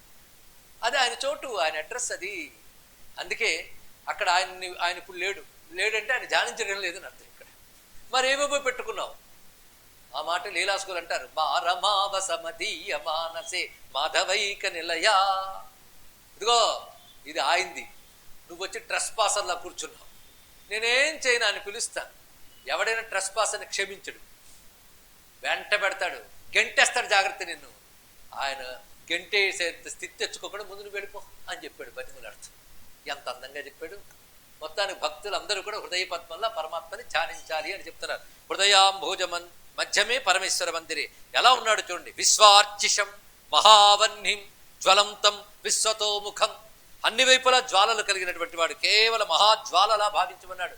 విశ్వతోముఖం, అన్ని వైపులా జ్వాలలు కలిగిన వాడు. వైశ్వానరం, ఆయనే వైశ్వానరుడు. నీ లోపల ఉన్న అగ్ని. జగద్యోనిం, నీ లోపల ఉన్నాడంటే నీకు మాత్రమే కాదు సర్వ జగత్తుకి కారణమైన వాడు. శిఖాతన్వినమీశ్వరం, శిఖాతన్వి అగ్ని శరీరుడై, ఈ అగ్ని లోపల అగ్ని, వైశ్వానరాగ్ని. తాపయంతం స్వకం దేహం, ఈ శరీరం ఇలా వేడిగా ఉందంటే ఆయన వల్లే. ఆ వేడి లేకపోతే చల్లబడిపోయింది, అగ్నికి ఇచ్చేస్తాడు. అందుకే ఇది వేడిగా ఉందంటే ఆయన వల్లే కదా. అందుకే తాపయంతం స్వకం దేహం, శరీరాన్ని మొత్తం తప్పింపజేస్తున్నాడు ఆయన. ఎలా తప్పింపజేస్తున్నాడు అంటే ఆపాద తలమస్తకం, పాదతలం నుంచి, పాదతలం అంటే పాదం కింది భాగం, అక్కడి నుంచి మస్తకం తల వరకు. ఇక్కడ తల సంస్కృతం, మస్తకం తెలుగు తల, పాదతలం సంస్కృతం తల. అంటే పాదతలం అంటే అరిపాదం, మస్తకం అంటే శిరస్సు. ఇక్కడి నుంచి అక్కడి వరకు అంటే ఈశ్వరుని హృదయంలో ధ్యానిస్తున్నావు కనుక హృదయంలోనే ఉన్నాడా బాబు, శరీరం అంతా ఉన్నాడు తెలుసుకో. అయ్యా సర్వం ఆయనే వ్యాపించున్నాడని కదా మీరు చెప్తూ ఉంటారు, మరి హృదయంలోనే ధ్యానించమని ఎందుకంటారు అని అడిగితే భాష్యంలో శంకరుల వారు అద్భుతమైన సమాధానం చెప్పారు. నాయన హృదయంలో ధ్యానించమన్నాం, అక్కడి నుంచే ఆయన శక్తి అంతా ప్రసరిస్తుంది. అక్కడ ధ్యానించమన్నాం కానీ అక్కడికే పరిమితుడు కాడు. శరీరం అంతా ఆయనే, విశ్వం అంతా ఆయనే, అంతా చూడనంత వరకు ఇక్కడ ధ్యానించాలి అని చెప్పారు. అంటే హృదయంలోనే ఉన్నాడా అంటే గొట్టంలోంచి ఆకాశం చూస్తాం మనం, ఖాళీ గొట్టం నుంచి ఆకాశం చూస్తాం. కానీ ఖాళీ గొట్టంలో ఆకాశం ఉంది కదా, కానీ ఆకాశం ఖాళీ గొట్టంలోనే ఉందా? ఒక ఖాళీ గొట్టంలోని ఆకాశాన్ని చూసినప్పుడు ఆ గొట్టం ఎంత ప్రమాణంలో ఉందో అంత ప్రమాణం ఆకాశానికి ఉందనుకుంటాం. కానీ హృదయంలో ధ్యానిస్తున్నప్పుడు హృదయం ఎంత ప్రమాణంలో ఉందో అంత ధ్యానిస్తున్నా కానీ ప్రమాణం హృదయానికి పరమాత్మకు కాదు అన్నట్లుగా. అందుకే అంగుష్టమాత్రం పురుషం అని ధ్యానించమనే ప్రక్రియలో అంగుష్టమాత్ర పురుషుడిగా ధ్యానించమన్నారు. అంటే అర్థం గుండె మూస్తే ఎవరు గుండె వారి పిడికి అంత ఆకారంలో ఉంటుంది అందరికీ తెలుసు. అందులో పట్టే ఒకే ఒక్కటి అంగుష్టం పూర్ణంగా. అందుకే హృదయ పద్మంలో ఈశ్వర జ్యోతి అంగుష్ట ప్రమాణంలో ఉంటుంది కనుక అంగుష్టమాత్ర పురుషుడిగా ధ్యానించమని చెప్పారు. అదే పరమాత్మ అంగుష్టమాత్రుడే అని కాదు, ఇక్కడ అవగలడు. ఆయనకి ఏం పోయింది, అంగుష్టమాత్రుడిగా కనబడడు, విశ్వమంతా ఆయనే కనబడగలడు. అందుకే అర్జునుడికి విశ్వమంతా కనబడ్డాడు, పరీక్షిత్ మహారాజు అంగుష్టమాత్రంగా కనబడతాడు. ఆయన ఇష్టం ఎలాగైనా కనబడతాడు. కనుక హృదయ మధ్యంలో సర్వతోముఖమైన జ్వాలలతో శిఖాతన్వినం అగ్ని శరీరుడుగా కనబడుతున్నాడు. తాపయంతో స్వకం దేహం ఆపాదతల మస్తకం. ఇది విన్నా ఏదో గుర్తు రావాలిగా. తిర్యగూర్ధ్వం అదశ్యాయి రశ్మయస్తస్య సంతత అక్కడొస్తుంది. అందుకే ఆయన ఏం చేస్తున్నాడయ్యా అంటే జ్వాలమలాకులం భాతి విశ్వస్యాయతనం మహత్. అక్కడ మనకి స్పష్టంగా సంతాపయతి సందేహం ఆపాద తలమస్తకం. మన మంత్రపుష్పం వచ్చినప్పుడు హుషారుగా వినే మంత్రాలు ఇవన్నీ. హుషారుగా అంటే వినాలన్న హుషారు కాదని చెప్పాను. పూజ పూర్తి అయిపోయిందని సరదా. ఇంకా కొంతమందిని చూశానండి, రోజు వినే మంత్రపుష్పమే. ఎంతసేపు చెప్తాడు, తొందరగా ముగించేమని పక్కన అనే వాళ్ళని కూడా చూసాం. మరి రోజు ఉన్న ఈశ్వరుడు ఉంటేనే రోజు బతకగలుగుతున్నాం. మరి రోజు తినే అన్నమేగా భావించు. ఎంత అందమైన భావం అండి ఇక్కడ. అందుకే ఆ మహానుభావుడు సందేహం సంతాపేతి సందేహం, ఆ మాట యథాతథంగా తాపయంతం స్వకందేహం ఆపాద తలమస్తం. ఇప్పుడు చెప్పండి, సూత సంహిత వేదము ఉపనిషత్తు చెప్తున్నది కదా. మన మంత్రపుష్పం అని వాడే మంత్రాలని తైత్తిరీయ ఆరణ్యకంలో చెప్పబడుతున్నటువంటి విషయము. దాన్నే చెప్తున్నారు. తైత్తిరీయ ఆరణ్యక భాగం అంటే వేదమే. దాని మంత్రపుష్పం పేరు పెట్టాం మనం. వివిధ మంత్రములు సమకూర్చినదే మంత్రపుష్పం. అందులో అనేక మంత్రములు ఉంటాయి. అది చెప్పుకోవాలంటే మంత్రపుష్పానికి పెద్ద ప్రవచనం కావాల్సి వస్తుంది. ఇది వరకు చెప్పుకున్న పురుష సూక్త స్త్రీ సూక్తాల వలె. సరే, మొత్తం ఈశ్వరిచ్ఛ. తాపయంతం స్వకం దేహం ఆపాదతల మస్తకం. దీన్ని బట్టి చూడండి, పాదతలం నుంచి మస్తకం వరకు ప్రకాశిస్తున్నట్ట. ఆయన నేను హృదయంలో చేస్తున్నాను అంటే హృదయంలో పరిమితంగా ధ్యానిస్తున్న శరీరం అంతా ఆయన ఉన్నాడని తెలిసినప్పుడు ఇంక నువ్వనే భావం ఎక్కడుంటుంది? అందుకే శరీరంలో క్రింది భాగం పాతాళం, పై భాగం మహాకాశం, అంతే కదా. అప్పుడేమైంది? ఆ పాతాళ నభస్థలాంత భువన బ్రహ్మాండం ఆవిస్ఫుర జ్యోతికి ఎవడయ్యాడు? వాడే. అదేగా. కనుక మహాలింగంగా నువ్వు ఉపాసించేది ఏమిటి? నీ లోపల లీనమై ఉన్న చైతన్యమే లింగం. ఇంత విశేషమైన అర్థం లింగానుకుంటే అది గ్రహించగా రుద్రనామాన్ని గ్రహించకపోవడం అజ్ఞానం కాదా అండి? అందుకే ఇక్కడ ఆపాత్తల మస్తకం తప్పింపజేస్తున్న నిర్వాత దీపవత్ తస్మిన్ దీపితం హవ్యవాహనం. ఇప్పుడు హృదయ మధ్యంలో ధ్యానిస్తున్నారు. అన్ని విధాల జ్వాలలు ఉన్నవాడు గాలి లేని చోట పెట్టిన దీపం వలె నిశ్చలంగా ఉన్నాడు. దాని మధ్యలో మళ్ళీ అగ్ని మధ్యంలో కేవలం జ్యోతిస్వరూపంగా నిశ్చలంగా ఉన్నాడు. ఎక్కడున్నాడు? నీలోనే లీనమై ఉన్నాడు కూడా జ్యోతిర్లింగం, ఇంకోటి కాదు. శబ్దములన్నిటికీ అర్థం చూడండి ఎలా వెళుతున్నదో. అదే నిర్వాత దీపవత్ తస్మిన్, గాలి లేని చోట పెట్టిన దీపం వలె యథా దీపో నివాతస్థో, భగవద్గీతల వాక్యం. ఆ విధంగా ఉన్నటువంటి స్వరూపము అది ఎలా ఉన్నది అంటే అవ్యవాహనం, అగ్నిస్వరూపంగానే ఉన్నది. అది నిశ్చలమైన దీపం వలె ప్రకాశిస్తున్నది. నీలతో యద మధ్యస్థం విద్యుల్లేఖేవ భాస్వరం. అదే వాక్యం. నేను అది చెప్తున్నాను ఇది చెప్తున్నాను మీరు అనుకుంటున్నారేమో. సూత సంహిత చెప్తున్నాను. ఇది అక్కడి నుంచి కూడా ఉంది అని చెప్తూ వేద ప్రమాణం. ఇది చెప్పినప్పుడు అదెందుకు చెప్పడం అంటే వేద ప్రామాణ్యం ఉంది దీనికి పూర్ణంగా. ఇది వేదమే మనం చెప్పుకుంటున్నాం సూత సంహిత రూపంలో అని గ్రహించాలి. ఇక్కడ అంత గొప్ప విషయం. ఇది అందరి కోసం ఇచ్చాడు భగవానుడు. కనుక వైదిక విజ్ఞానం కొందరు చేతుల్లో పెట్టుకోలేదు. ఆ మంత్ర అధ్యయనానికి ఓ సంస్కారం జీవనం అవసరం గనక అది అందరూ చేయలేరు గనక ఆ సంస్కార జీవనాలు చేసేవాళ్ళు ఆ టెస్ట్ని అలా కాపాడతారు. కానీ అందులో ఉన్న జ్ఞానాన్ని పురాణముఖంగా ప్రపంచానికి అంతటికీ పరిచింది వైదిక ధర్మ సంస్కృతి, సనాతన ధర్మ సంస్కృతి. ఈ ముఖంగా అందరూ గ్రహించవచ్చు. అదే జ్ఞానం ఇక్కడ చెప్తున్నారంతే. ఏం మారింది? అందుకే నీలతో యద మధ్యస్థం విద్యుల్లేఖేవ భాస్వరం. ఆ కాంతిని చూడాలి అంటే నల్లని దట్టమైన మబ్బులో మెరుపు వస్తే ఎలా ఉంటుంది? ఒకవేళ మెరుపు నిలబడితే, మెరుపు వస్తే పోతుంది, అలా కాదు. మెరుపు వచ్చి నిలబడింది అనుకోండి, నల్లని మబ్బు మధ్యలో మెరుపు కాంతి ఎలా కనబడుతుంది? విద్యుల్లేఖేవ భాస్వరా, మెరపు తీగలాగా. పైగా నల్లటి మబ్బు మధ్యలో మెరుపు అంటే మెరుపు కాంతి తప్ప మరేదీ లేదు. అలాగా నీ హృదయ పద్మ మధ్యంలో ఆయన సర్వమును ప్రకాశింపజేస్తూ తాను తప్ప మరొకటి లేని ప్రకాశముగా ఉన్నాడని భావించు అన్నారు ఇక్కడ. ఇదే తటిల్లేఖా తన్వీం తపన శశి వైశ్వానరమయీం. అక్కడ చెప్పబడుతున్నది ఇదే. ఇది గ్రహించక అదంతా తంత్రమండి, అది జ్ఞానానికి పనికిరాదు అనే వాళ్ళు ఉన్నారే, వాళ్ళు అజ్ఞానులు. అక్కడ చెప్పబడుతున్నది ఇదే. అదే భగవత్పాదుల వారు దాన్ని వర్ణించారు. తటిల్లతా సమరుచి షట్చక్రోపుర సంస్థితాన్ని, ఇదే తత్వాన్ని వర్ణించారు మహానుభావులైన వశిన్యాది వాగ్దేవతలు. అదే విద్యుల్లేఖేవ భాస్వరా. ఇన్ని విధాలుగానూ మనకు కనబడుతున్నది ఆ స్వరూపం. నీలతో యద మధ్యస్థం విద్యుల్లేఖేవ భాస్వరం నీవార సూఖవద్రూపం. అంటే ముందు అగ్నిమండలంగా అగ్ని జ్వాలలతో ఉన్నట్టు ధ్యానించాలి, క్రమంగా జ్యోతిలో ఉన్నట్టు ధ్యానించాలి. తర్వాత నీవార సూఖవద్రూపం. నీవార సూఖవత్ అంటే నివ్వరి ధాన్యం అని అతి సన్నని ధాన్యం ఉంటుంది. దాని కొన ఎలా ఉంటుందో అలా ధ్యానించాలి. దాని కొన ఎంత, ఇది ధ్యానించడం చాలా కష్టం అండి. బాలాగ్రశతం అన్నారు. అంటే వెంట్రుక కొనని 100 భాగాలు చేస్తే అందులో ఒక భాగం ఎలా ఉంటుందో అలా ఉంటుంది లోపల ప్రకాశం. మరి అన్ని శరీరాల్లో ప్రవేశిస్తుంది కదా, మరి అలాగే ఉంటుంది ఇక్కడ. అలా ధ్యానించే ప్రక్రియ అదే నీవారసూకవత్ తన్వి పీతాభాస్వత్యనూపమ. అదే ఇక్కడ నీవారసూకవద్రూపం పీతాభాసం విచింతయేత్. ఇది పద్మకోశ ప్రతీకాశకం హృదయం నుంచి తస్యాశిఖాయా మధ్యే పరమాత్మ వ్యవస్థిత వరకు చెప్పబడ్డ మంత్రం అంతా ఇక్కడ ఉన్నది. దీన్ని బట్టి చేతిలో పుష్పాలు పట్టుకు చదవాల్సింది కాదు, హృదయ పుష్పాన్ని వికసింపజే ధ్యానించవలసింది అని అర్థమవుతుంది, తెలుస్తుంది కదా. కనుక ఈ పూజంతా చేసి చదవమన్నారంటే అర్థం ఏమిటి? ఇంత చేసిన పరమాత్మ ఈ రూపంలో నీలో ఉన్నాడని తెలుసుకో. మరి నా విష్ణువు అయిపోయాడు, నా శివుడు ఏమైపోయాడు? సబ్రహ్మ సశివ సహరిశ్చేంద్ర సోక్షర పరమస్వరాట్, అవన్నీ ఆయనే తెలుసుకో. ఎంత చక్కగా పూజలో కూడా మనకు బ్రహ్మజ్ఞానం ఇచ్చాక ఈ పూజలు అక్కర్లేదని చెప్పే వాళ్ళ మాటలు మనకు అక్కర్లేదని తెలుసుకుంటే చాలు. ఒక్కటే జ్ఞాత్వా కుర్వీత కర్మాన్ని చేసే తెలిసి చేయండి, అప్పుడు మీరు తప్పకుండా అనుభూతిని తెచ్చుకోగలరు. మరి ఇప్పుడు చెప్తే నిద్ర వచ్చిందంటే పూజ చేసేటప్పుడు సరిగ్గా మనం అటెంటివ్గా లేవు. అందుకే కొంతమందికి ప్రవచనాల కంటే పూజలు చాలా నచ్చుతాయి. ఇదే రుద్రాభిషేకం చేయబడను, కళ్యాణం జరపబడను అనుకోండి, ట్రాఫిక్లు అటు ఇటు ఆపేయాల్సింది ఇక్కడ. అలా వస్తారు, అందులో చదివే మంత్రపురుషానికి అర్థం చెప్పారా కొద్దిమంది మిగులుతారు. పైగా ఇంత జనాన్ని దాటుకోవడానికి వీళ్ళే కూర్చుడిపోతారు. ఇన్ని రకాలు ఉంటూ ఉంటాయి. అంటే మనం చేస్తున్నదే జడంగా చేస్తున్నాం, ఇకనైనా చైతన్యంగా చేయండి. ప్రతి పూజలో ఆత్మానుభవం జరుగుతుంది.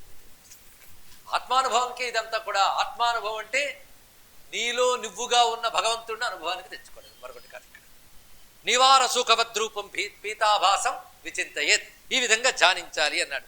అంతేనా? అవలేదు ఇక. తస్య వన్నే శిఖాయాంతో మధ్యే పరమకారణం పరమాత్మ ఆనందం పరమాకాశమీశ్వర్. చిత్రం ఏంటంటే అత్యంత సూక్ష్మలోనే మహాకాశం ఉందిట. అదే స్వప్నాదులను కూడా మనకు చూపించగలుగుతుంది కళలో. ఆ వెలుగులోనే చూస్తున్నాం. లేకపోతే లోపల వెలుగు ఎవరు? ఆయన వెలుగులో మనసు స్వప్నాన్ని సృష్టించుకుంటుంది, ఆయన వెలుగులో. ఎందుకంటే కరెంట్ ఉంటేనే సినిమా, పరమాత్మ ఉంటేనే స్వప్నం. అలా సృష్టించుకుంటుందండి తన వాసనలన్నీ తెచ్చుకుని. కనుక ఎంత వాడో చూడండి, అంత దానిలో ఇంత ఉంటుందా, దాన్నే పరమాకాశం అన్నాను. దీని గురించి అత్యద్భుతంగా వివరించి సోదాహరణలతో చెప్పిన గ్రంథం యోగ వాసిష్టం. దాన్ని 18 రోజులు చెప్పినప్పుడు ఈ విషయం అంతా ప్రస్తావించిన విషయం అది విన్నవాళ్ళు ఉన్నారు కనుక వాళ్ళకి చెప్పనక్కర్లేదు. అక్కడ చెప్పబడుతుంది అంత చిన్నదానిలో ఎలా ఉంటారు అనే దాని గురించి ఎన్నో అద్భుతమైన కథలతోనే చెప్తాడు. ఇక్కడ ఏమి సైన్స్ చూడండి, ఇక్కడ దీనిలోనే అణువులో కూడా బ్రహ్మాండం ఉంటుంది. అంటే ఇదే విషయం. ఇక్కడ అంత చిన్న దాంట్లో ఎంత ఉంటుందో అంత సూక్ష్మం. అందుకే పరమకారణం పరమాత్మానం ఆనందం పరమాకాశం ఈశ్వరం. ఆయన పరమాకాశం, ఆకాశం పరమాకాశం చెప్పి సత్యం జ్ఞానం అనంతం నిత్యం అనాకాశం పరమాకాశం అన్నారు అక్కడ. ఆ పరమాకాశ స్వరూపుడు. ఋతం సత్యం పరం బ్రహ్మ సాంబం సంసార భేషజం.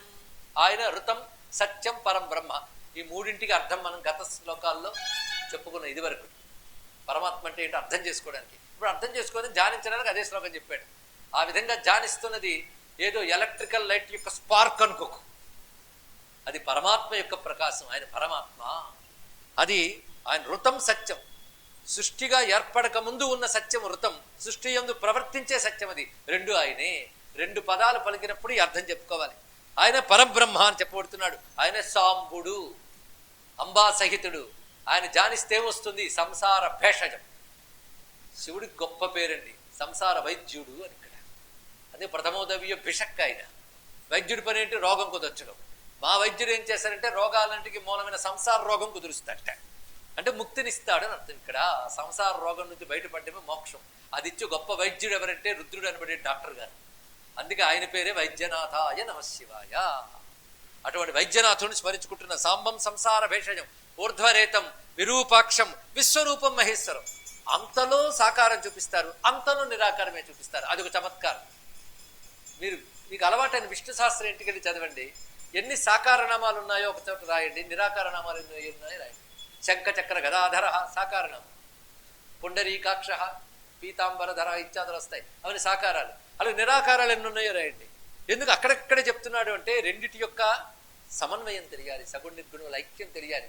ఇక్కడ కూడా అదే విధంగా అలా రూపం చూపిస్తాడు. సాంబం అంటాడు, విరూపాక్షం అంటాడు, మళ్ళీ సంసార భేషజం విశ్వరూపం మహేశ్వరం అంటాడు. ఇక్కడ అప్పటికప్పుడే ఎలా చేస్తున్నాడు. నీలగ్రీవం స్వమాత్మానం పశ్యంతం, అతన్నే నీ ఆత్మగా చూసినట్లయితే పాపనాశనం, సర్వపాపములు పోతాయి. ఒక్క ధ్యానం చాలండి ఎన్నో జన్మల పాపం పోగొట్టడానికి. ఒక్క ధ్యానం, ఒక్కసారి భగవంతుడు మనసులో మెదిలితే ఎన్ని జన్మల పాపం పోతుందో.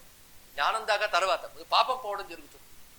సోహమిత్యాదరేణైవ ధ్యాయేద్యోగి మహేశ్వరం. ఆ నీలగురువుని కూడా ఎలా ధ్యానించాలి అంటే స్వమాత్మానం పశ్యంతం, తనని తాను చూసుకుంటున్న నీలకంఠుడిని చూడు అన్నాడు. నిన్ను ఈశ్వరుడుగా ధ్యానిస్తున్నావు, ఆ ఈశ్వరుణ్ణి తనను తాను చూసుకుంటున్న ఈశ్వరుడుగా చూడమన్నాడు. ఎంత రహస్యం ఇది! తెలిస్తే ధ్యానముద్రలో ఉన్న శివుడిని ఎందుకు పెట్టారో తెలుస్తుంది. ఇక్కడ ధ్యానముద్రలో ఉన్న శివుడి విగ్రహం చాలా మంది చూస్తారు. అయ్యా అందరూ శివుడిని ధ్యానిస్తారు కదా, శివుడు ఎవరిని ధ్యానిస్తాడు అనగానే ఇంక ఎవడికి వాడు మా దేవుడిని ధ్యానిస్తాడని ఇంక మొదలెడతారు. ఎవడికి వాడు. కానీ మీ దేవుడు మా దేవుడు రెండింటిని ధ్యానించాడు. తనని తాను చూసుకుంటున్నాడు. తన యందు తాను ఉండుటే ఆ నిమీలిత నేత్రములతో ఉన్న స్వామి యొక్క మూర్తికి స్వరూపం. అందుకే శివుని యొక్క మూర్తుల్లో అది దక్షిణామూర్తి యొక్క ఒక రూపం అన్నారు ఇక్కడ. ఆ కారణాన్ని దక్షిణామూర్తయేతుభ్యం వటమూల నివాసినం అన్నారు ఇక్కడ. ధ్యానైక నిరతాంగం, ఎల్లవెల్ల ధ్యానమునందే ఉన్నటువంటి వాడు. అందుకే నమో దక్షిణామూర్తయేతుభ్యం వటమూల నివాసనే ధ్యానైక నిరతాంగాయ నమో రుద్రాయ సంభవే అన్నారు ఇక్కడ. ధ్యానైక నిరతాంగాయ, దాన్ని అద్భుతంగా వర్ణించారు మా శ్రీనాథుడు. వలుద కెంజడ కొప్పు వదల వీడకయుండ పెనుపాప తలపాగ బిగయ జుట్టి అంటూ వర్ణిస్తూ చాలా చెప్తాడు. పద్యాల్లోకి వెళ్తే సమయం చాలా వెళ్ళిపోతుంది మనకి. ఇక్కడ అంత అందంగా ఉన్నాడు ఆ స్వరూపం. ఎలా ఉన్నాడే నిస్తరంగకమైన మున్నీరు పోలే, గర్జితము కాని ఘన ఘనాఘనము పోలే, చాలా నిశ్చలుడగు ఇందుధరుడు అని వర్ణించాడు. అంటే గర్జన లేని మేఘంలా నిండుగా ఉన్నాడు, అలలు లేని సముద్రంలా ఏ కల్లోలము లేకుండా అచలుడుగా ఉన్నాడు.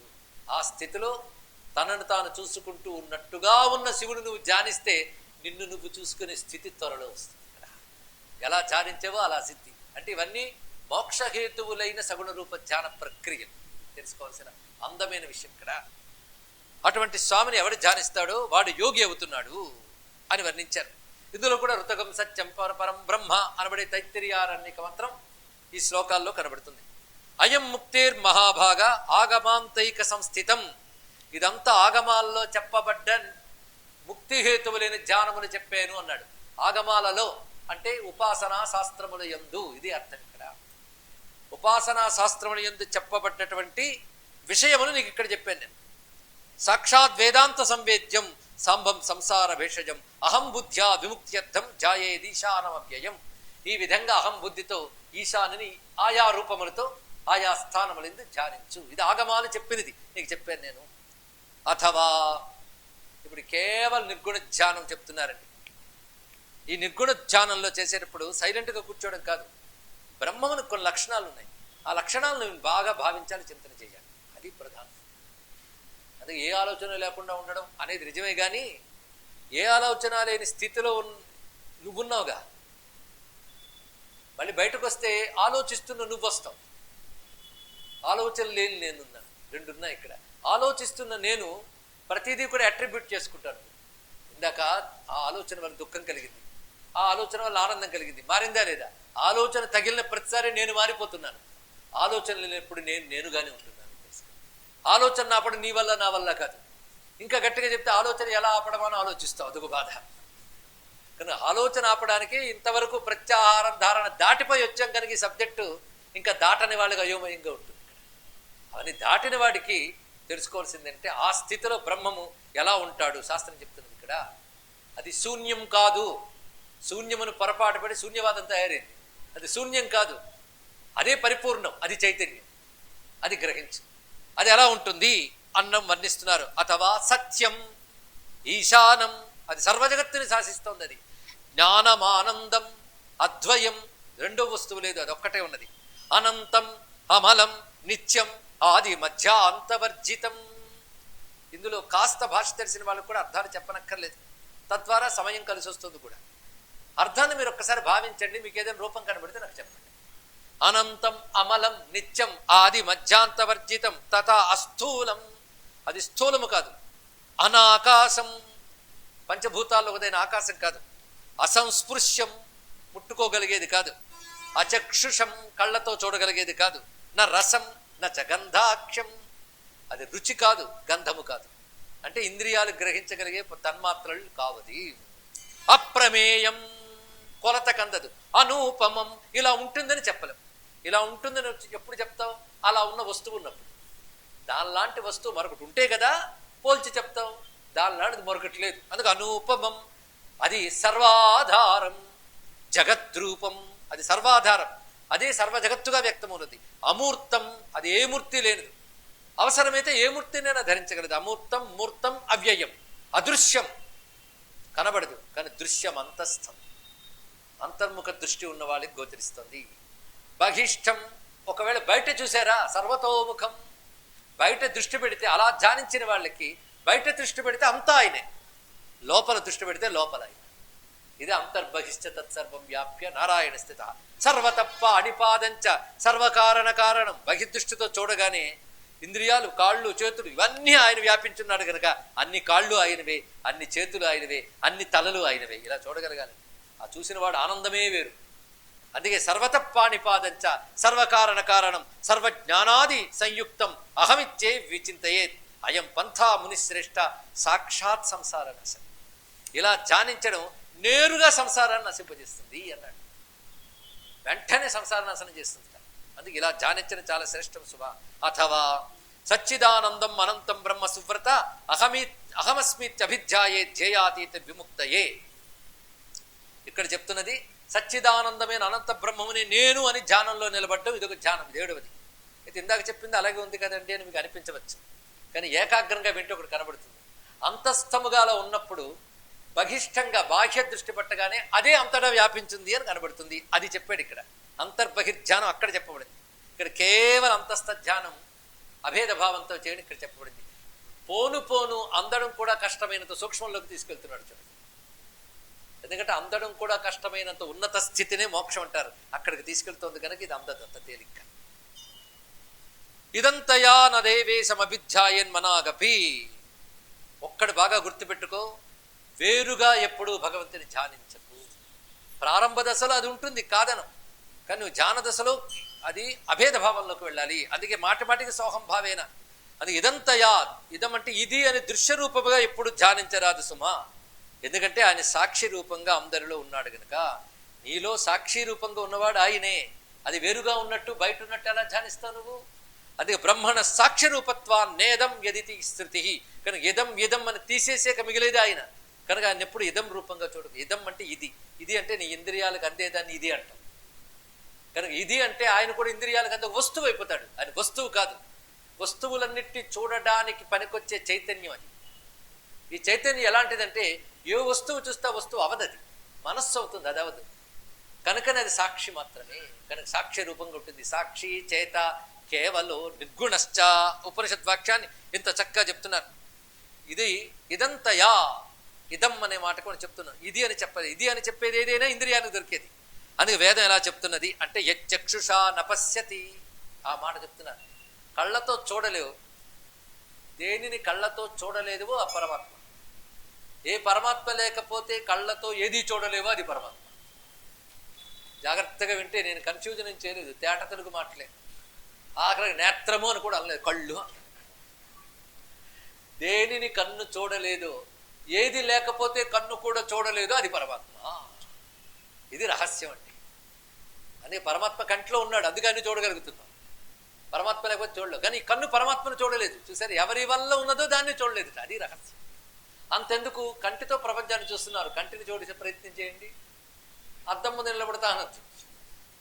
అంటే చూసేది తను తను చూపించట్లే, అది తెలుసుకోవాల్సింది. కానీ ఇంద్రియాలకు దొరకడని చెప్పడం ఇక్కడ. ఒకటే తెలుసుకో, ఆయన లేకపోతే నేను లేను, అది తెలుసుకో.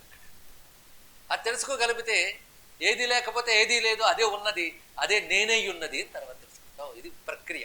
ఇది ధ్యానం అనేది 7వ ధ్యానం. అథవా 8వ ధ్యానం చెప్తున్నాడు చూడండి.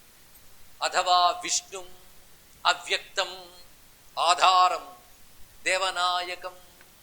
మళ్ళీ సగుణముగా కూడా ధ్యానించే విధానం చెప్తున్నారు. అయితే ఏకంగా సగుణమంతా ఒక దగ్గర చెప్పేసి నిర్గుణం మరొక చోట చెప్పచ్చు కదా. ఇలా ఎందుకు చేస్తున్నాడంటే సగుణ నిర్గుణాలు కడపడంలో నీకు ఒక్కొక్కప్పుడు నిర్గుణం అందినట్టున్నా సగుణము కూడా ధ్యానించినప్పుడు అదే ఇదని తెలుసుకోవాలని చెప్పడం దీని యొక్క భావం. అలాగే నిర్గుణ స్థితికి వెళ్ళిన వాడు కూడా భగవంతుని యొక్క సగుణాది రూపములు గోచరించినప్పుడు నమస్కారం చేస్తాడు, ఆనందిస్తాడు. అందుకే భగవత్పాదుల వారు అనేక దేవాలయాలకు వెళ్ళి ఆ సగుణ రూపాన్ని ఉపాసించారు. అంటే ఏది నిర్గుణముగా అహంగా గ్రహించారో అది ఇది అని తెలుసు ఆయన. అదే తానను కూడా తెలుసు. అదే వాళ్ళకి సోహంభావంతో పూజిస్తారే కానీ పూజించకుండా ఉండరు. ఇవన్నీ రహస్యములండి. మొత్తానికి అథవా విష్ణుం అవ్యక్తం ఆధారం దేవనాయకం శంఖచక్రధరం దేవం పద్మహస్తం సులోచనం. అంటే మనస్సులో ఈ రూపం కూడా ధ్యానించు. ఎవడంటే విష్ణువు అవ్యక్తుడు, అంటే ఇంద్రియాలతో తెలియబడని వాడు, ఆధారం సర్వ జగత్తుకి ఆధారమైన వాడు, దేవతలకు కూడా శాసకుడైన దేవనాయకం, శంఖచక్రధారుడు అంటే శంఖము చక్రం ఇత్యాది ఆయుధములు ధరించిన వాడు, పద్మహస్తము ధరించిన వాడు, సులోచనం. ఇది అలా మనసులో ధ్యానిస్తే చాలండి, మనసు నిర్మలమైపోతుంది. అసలు ఈ రూపం వింటూ హృదయంలో అలా స్ఫురించినా చాలు. అందుకే రూపస్ఫురణ. కిరీట కేయూరధరం పీతాంబరధరం హరిం. కిరీటము కేయూరములు ధరించిన వాడు, పీతాంబరధారి అయిన నారాయణుడు. శ్రీవత్స వక్షసం, హృదయంపై శ్రీవత్స లాంఛనాన్ని ధరించిన వాడు. పూర్ణచంద్ర నిభాననం, నిండు చంద్రుని వంటి చక్కని ముఖం కలిగిన వాడు. పద్మ పుష్పదలాభౌష్టం, పద్మములు లేత దశలో ఎర్రగా ఉన్నప్పుడు ఎలా ఉంటుందో అలాంటి పెదవులు కలిగినటువంటి వాడు. సుప్రసన్నం, నిర్మలమైనటువంటి స్వరూపము. శుచిస్మితం, నిర్మలమైన మందహాసం చేస్తూ ఉన్నవాడు. శుద్ధస్ఫటిక సంకాసం, నిర్మల దేహం కలిగిన వాడు అయినటువంటి ఆ స్వామిని ఇత్యేవ చింతయేత్, ఆయన అలా ధ్యానించు. ఇది చెప్పడంలో నారాయణ ధ్యానం చెప్పాడు. అంటే అంత శివధ్యానం చెప్పాడు, అంత నారాయణ ధ్యానం చెప్పడంలో ఉద్దేశం ఏంటంటే రెండూ కూడా ఒకే బ్రహ్మము, సగుణ బ్రహ్మము.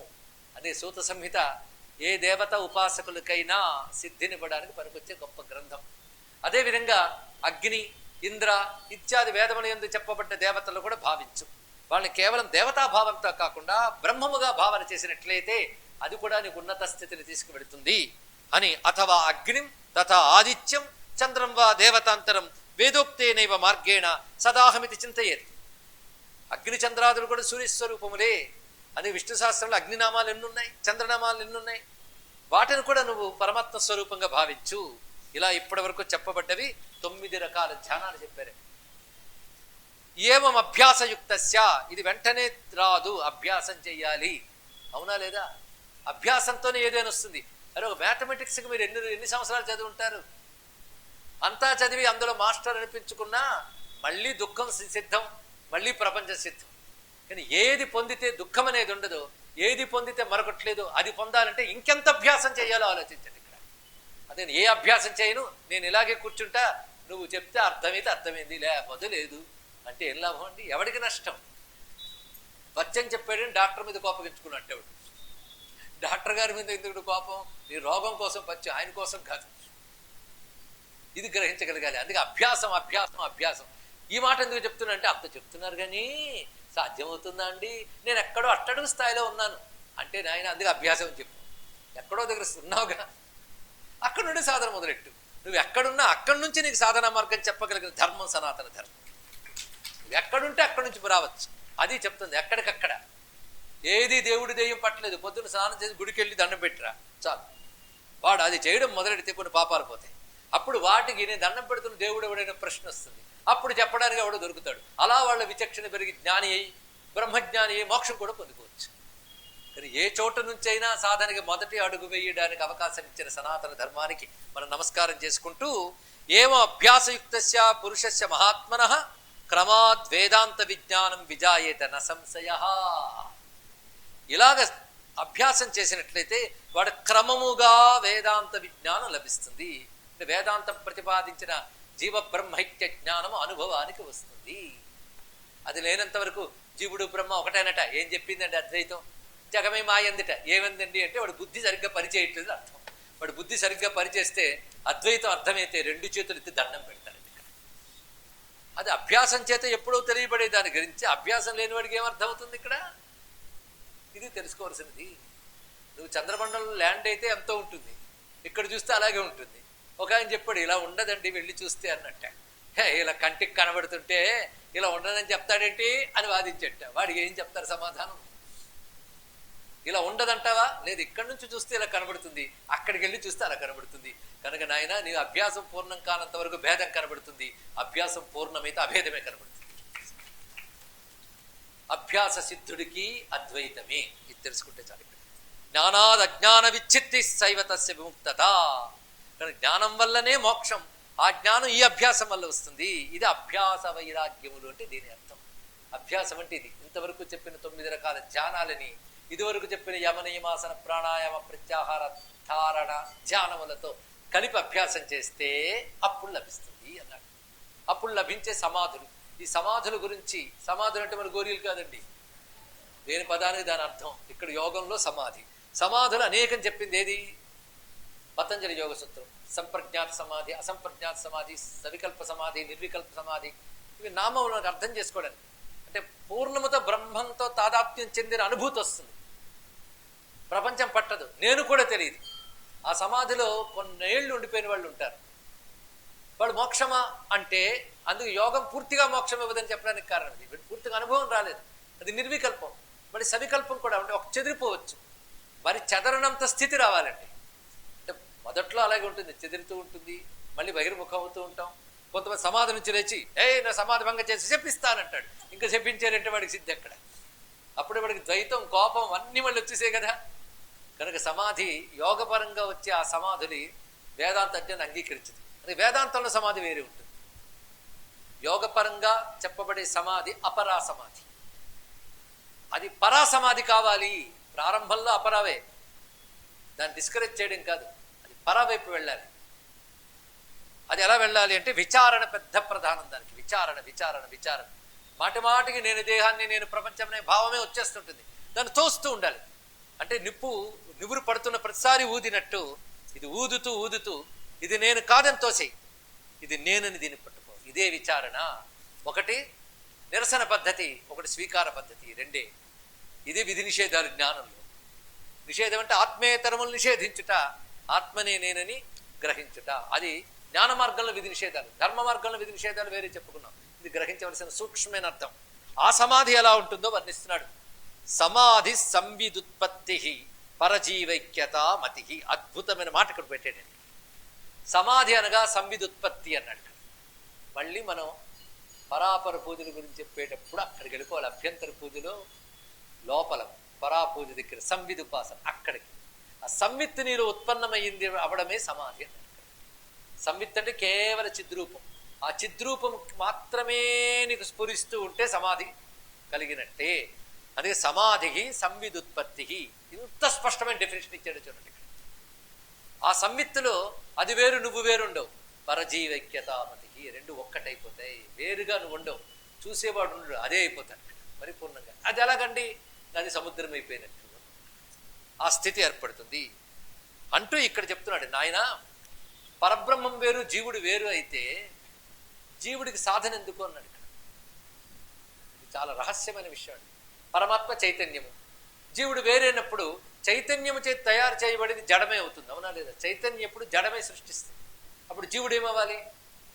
జడం కావాలి. జడం ఎప్పటికీ చైతన్యం కాదు. అప్పుడు మోక్షానికి ప్రయత్నం ఏముంది? చాలా రహస్యం తెలుసుకో. కనుక జీవుడు పరమాత్మ ఉభయులు చైతన్య స్వరూపులే. కానీ నేను దేహము, నేను మనస్సు అని నేను నిన్నిట్టి కలిపేయడం అనేది జీవత్వానికి కారణమైంది. కానీ జీవుడు అంటే దేహాదులతో తాదాత్మ్యం చెందినవాడు జీవుడు, దేహాత్మలతో తాదాత్మ్యం వదిలినవాడు ఈశ్వరుడు. అంతే, మరి ఇంకేం లేదు ఇక్కడ. ఈ తాదాత్మ్యం ఎప్పటిది? ఎప్పటి నుంచో ఉంది కనుక ఎప్పటికీ వదలట్లేదు. అది వదిలించుకునే ప్రయత్నం చేయడమే. ఆ స్థితి సమాధిలో వస్తుంది. పరజీవైక్యత మతి. ఏది జీవ పరాద్భిన్న కార్యతామేతి సువర్త. జీవుడు పరబ్రహ్మము కంటే వేరైతే ఇప్పుడు కార్యమైపోవాలి, కారణం బ్రహ్మం అవ్వాలి. ఇప్పుడు కార్యం జడం. ఎందుకంటే ఒక మనిషి ఒక ఇంటిని సృష్టించాడు, ఇలా జడాన్ని సృష్టిస్తాడు. చైతన్యాత్మకమైన మనిషి ఉపాధితో. పరమాత్మ జడమును సృష్టిస్తున్నాడా? ఆయన సృష్టించాడు అంటే జడం అవ్వాలి, కానీ చైతన్య పురుషుడు కదా జీవుడు. అటువంటిప్పుడు ఆయనకి ఈశ్వరుడికి భేదం ఏమిటి? తాను కేవల చైతన్య స్వరూపాన్ని గుర్తిస్తే భేదమే లేదు. కానీ చైతన్యాన్ని వీటితో కలిపి ఈ చేతనత్వం కలిగిన దేహాదులన్నీ నేను అనుకోవడం వల్ల 3 రకాల దేహాలు ఉంటాయండి. కొంతమంది స్థూల దేహం నేను అనుకుంటారు, అది కాదు, అది మాత్రమే దేహం అనుకుని సూక్ష్మదేహ కారణ దేహాలతో ఇతర లోకాలు తిరుగుతుంటాడు, అది నేను అనుకుంటారు చాలామంది. అందుకే వాళ్ళ దృష్టిలో మోక్షం అంటే ఈ సూక్ష్మదేహంతో మరో లోకానికి వెళ్ళి కూర్చోడు, అక్కడితో అయిపోయింది వాళ్ళకి. ఆ మోక్షం వేదాంతం అల్టిమేట్గా చెప్పే మోక్షం కాదు. సూక్ష్మ కారణ దేహాలు కూడా ఉండవు, ఇది తెలియాలి. మరణానంతరం పరలోకమునకు వెళ్ళుట అనేటటువంటిది స్థూలదేహం పోయిన తర్వాత సూక్ష్మదేహం ఉన్న వాళ్ళకే. అందరికీ ఉంటుంది, చచ్చిపోయిన వాళ్ళందరూ ముక్తి లేదు కదా. అందులో ఉత్తమమైన సాధకులకి సూక్ష్మదేహం ఉత్తమ లోకాలకు వెళ్తుంది, పాపులకి పాపలోకాలకు వెళ్తుంది. రెండు కలిసి ఉన్నవాడు భూలోకంలో ఉంటాడు. వెళ్ళేదేది జీవుడు ప్రయాణం కాదు, సూక్ష్మ కారణ దేహాలతో ప్రయాణం చేస్తున్నాడు కనుక వాడికి జీవుడు అని పేరు. తెలిసింది కదా. కానీ ఈ శరీరంలో జీవుడు స్థూలదేహంతో ఉన్న సూక్ష్మకారణ శరీరాలు, స్థూలదేహం తీసేసిన సూక్ష్మకారణ దేహాలు అవి. మరి వాటికి మాత్రం మరో దేహం రాదా అంటే, ఏ లోకానికి వెళితే అది అనుభవించడానికి తగ్గ బాడీ ఉంటుంది. ఈ భూమి మీదకి తగ్గ బాడీ ఇదైతే ఆయా లోకాలకు వెళ్ళినప్పుడు ఉంటాయి. ఈ లోకాల్లో కూడాను ఇంద్రాది లోకాలు ఉన్నాయి, అక్కడికి వెళుతుంటాం. ముందు మన గురించి అర్థం చేసుకోవాలి కదా. అదే సగుణ బ్రహ్మలోకాలు కొన్ని ఉంటాయి, వైకుంఠము కైలాసము. అక్కడికి వెళ్ళిన కూడా ఇప్పుడు కూడా సూక్ష్మకారణ దేహాలతోనే ఉంటాడు తెలుసుకోండి. ఇక్కడ దివ్యమైన అనుభూతులు పొందుతాడు. ఆ రెండూ కూడా పోతే కైవల్యమే, ఐక్యం అవుతాడు. ఇది తెలుసుకోవాలి. ఇది రహస్యం, అది సాయుధ్య మోక్షం అని చెప్పబడుతుంది. ఇన్ని అంతరాలు, పాపలోకాలు, భూలోకం, పుణ్యలోకాలు, సగుణ బ్రహ్మలోకం, అసలు ఏ లోకం లేని లోకాతీత గుణాతీత స్థితి, ఇన్ని రకాలుగా జీవుడు గతులు చక్కగా వర్ణించిన ఒకే ఒక్క ధర్మం, పరిపూర్ణ ధర్మం, సనాతన ధర్మం. ఇందులో ఒక దగ్గరికి వచ్చి ఆగిపోయి అదే పరమం అని చెప్తూ ఉంటే మనం ఎక్కువ ఆలోచించలేదు కనుక ఇదే బాగుందని సెటిల్ అయిపోతున్నా. అది వచ్చింది బాధ. అవే గొప్ప మతాల కింద చలామణి అయిపోతున్నాయి ఇక్కడ. అందుకే నువ్వు మంచి పని చేసినవా పుణ్యలోకములకు పరలోకములకు పోవదు, లేదా నరకములకే దారి ఏర్పడదు. అంతే, అయిపోయింది, ఇంకేం లేదు అక్కడ. అరే అవి కూడా కింద పడేస్తే మాకు అవి కూడా అక్కర్లేదని చెప్పగలిగిన గట్స్ ఉన్న దమ్మున్న మతం హిందూ మతం. అంత స్పష్టంగా చెప్తున్నాడు. ఆ లోకాలకు కూడా మించిన స్థితిని వర్ణిస్తున్నాం మనం ఇక్కడ. కనుక అవి సత్యమే, గొప్పవే అక్కడి వరకు. కనుక అర్ధ సత్యాలు, పూర్ణ సత్యం పేరే సనాతన ధర్మం, హిందూ ధర్మం. ఇది తెలుసుకోవాల్సింది. అది అర్థం చేసుకునే ప్రయత్నం చేయాలి. కానీ ఇక్కడ మంచి పని చేసాం, దీనివల్ల ఆ లోకానికి వెళ్తాం అనుకునేవాడు అలాగే ఆలోచించి, అంతకు మించి వాడు ఆలోచించలేడు. అంతకు మించి ఆలోచించాలి అంటే ధారణ ధ్యానాలు దాటి సమాధి స్థితికి వెళితే అప్పుడు ఆ సంవిధి ఉత్పత్తి అవుతుంది. అప్పుడు పరజీవైక్యతామతి, పరబ్రహ్మమునకు జీవునికి ఐక్యత్వం అక్కడ సిద్ధిస్తుంది. అప్పుడు తెలుస్తుంది జీవుడు పరమమునకు అంటే బ్రహ్మమునకు భిన్నము కాడు. భిన్నమైతే జడుడే అయిపోతాడు కదా. కేవల చైతన్య దృష్టితో అప్పుడు తెలుసుకుంటాడు. ఆ తెలుసుకున్నాక ఎలా ఉంటుందంటే వాడి స్థితి, మరి శరీరంలో ఉన్నాడు కదా, ఇలాంటి శరీరాలు ఎన్నో ఉన్నాయి కదా అంటే, నాయన కుండ ఒక శరీరం, దానిలో ఒక ఆకాశం, బయట ఒక ఆకాశం ఉందా అన్నాడు. ఇక్కడ కుండ పెట్టారు, కుండలో ఒక ఆకాశం ఉంది, కుండలో ఖాళీ, కుండలో ఆకాశం, కుండలో గాలి ఉంది, బయట గాలి ఉంది. రెండు గాలులు ఉన్నాయా అని అడిగాడు. ఇక్కడ ఉన్నది ఒకటే గాలి, మరి రెండు నీకు ఎందుకు అనిపించింది? కుండ అనే దృష్టి చేత. కుండని దృష్టి తీసే, కుండ పగలగొట్టక్కర్లేదు, తెలివి ఉంటే చాలు. ఇక్కడ కనుక కుండ పగిలేక ముక్తి అనుకోవద్దు, కుండ ఉండగానే ముక్తి తెచ్చుకోండి. అది తెలుసుకోండి. ఇక్కడ ఈ కుండ లాంటి శరీరంలో లోపల బయట వ్యాపించింది ఒకటి. అది తెలుసుకుంటే పగిలిపోయే కుండని నేను ఎప్పుడు పగిలిపోతానో ఏడవో, ఎప్పుడు పగలని గాలిని నేను ఆనందంగా ఉంటాను. ఆ స్థితి సమాధి స్థితిలో అనుభవిస్తాడు. యథాకాశో ఘటాకాశో మహాకాశ ఇతి రితః తథా భ్రాంతిర్ద్విధా ప్రోక్త హ్యాత్మ జీవేశ్వరాత్మన. కుండలో ఆకాశం బయట ఆకాశం అని భేదం ఎలాగో ఆత్మ వేరు ఈశ్వరుడు వేరు అనే భావం కూడా అలాంటిదే. జీవుడు వేరు ఈశ్వరుడు వేరు అనే భావం. అందుకు నువ్వు చేయవలసిన భావనలో ఈ స్థితిలో ఎలా ఉంటుందంటే, నాహం దేహో నచ ప్రాణో నేంద్రియాణి తథైవచ నా మనోహం నా బుద్ధిశ్చ. ఇది ఊరికి పాటలాగా నా వచ్చేది అనుకోవద్దు, రాసి చూసుకోండి.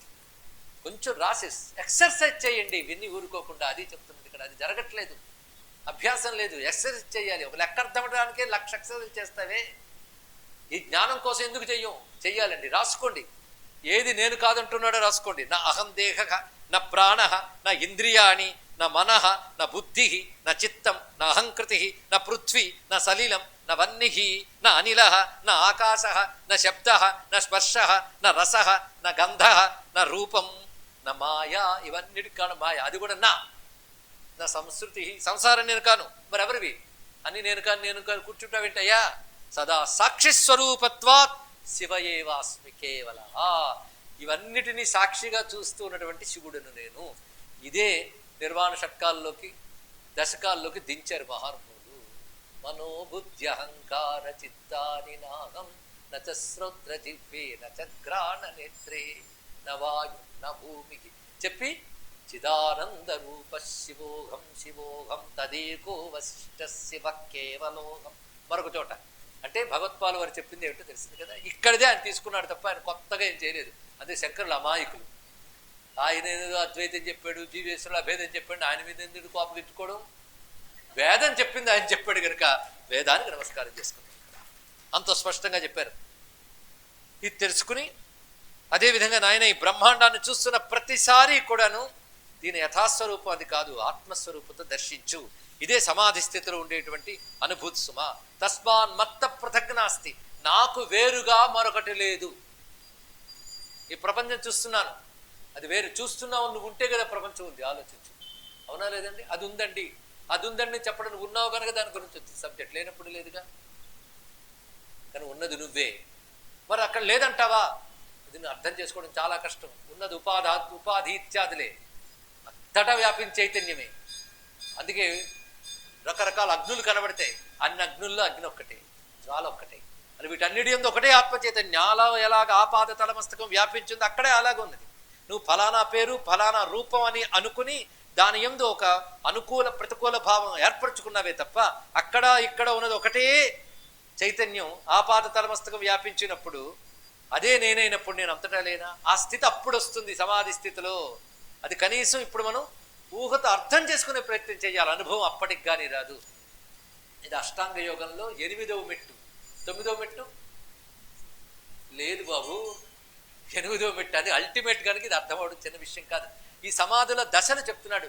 సమాధుల మొదటి దశలో ఉండేది కాసేపు తాదాత్మ్య స్థితి లభించినా మళ్ళీ రావచ్చు, వాసన క్షయం కావాలి. అందుకే ఇటువంటి సమాధ్యాదులు చేసిన వేదాంత వాక్య విచారణ చాలా అవసరము. ధ్యాన రూప విచారం చేయాలి. అదే జ్ఞానంతోనే మోక్షం అని చెప్పడానికి కారణం ఏంటంటే కేవలం ధ్యానంతో రాదు, విచారణ ఉండాలి. ఆ విచారణ యోగం చేత శుద్ధమైంది కావాలి. అందుకే శ్రద్ధ భక్తి జ్ఞాన యోగాత్ అవైహి అన్నారు ఇక్కడ.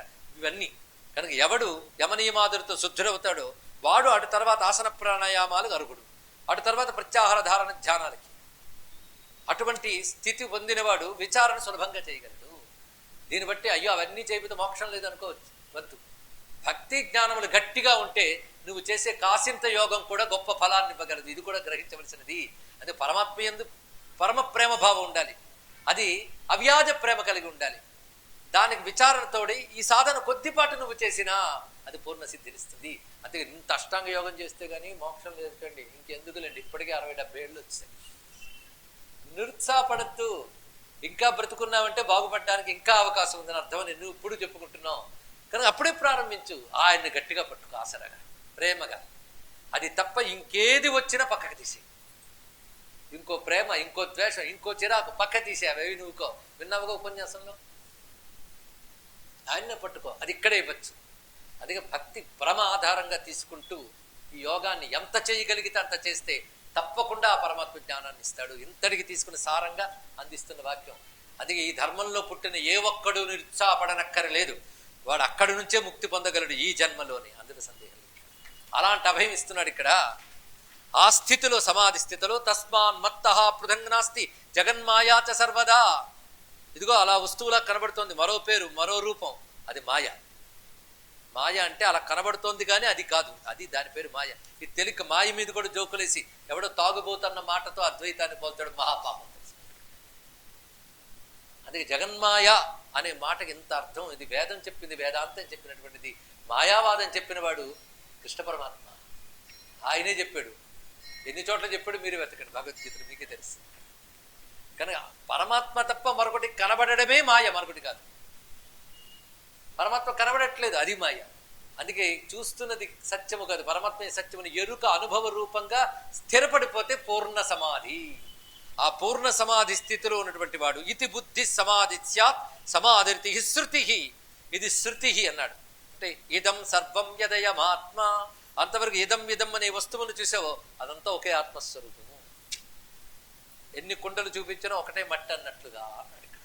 ఆ విధంగా దర్శిస్తాడు వాడు అని చెప్తూ, అటువంటి స్థితిలో పశ్యన్ శృణ్వన్ స్పృశన్ జిఘ్రన్ అస్నన్ యచ్చన్ స్వపన్ శ్వసన్ ప్రళపన్ విసృజన్ గృహ్ణన్ ఉన్మిషన్ నిమిషన్ అపి అకర్తాహం అభోక్తాహం అసంగ పరమేశ్వర సదా మత్సన్నిధానైన చేష్టతే సర్వమింద్రియం.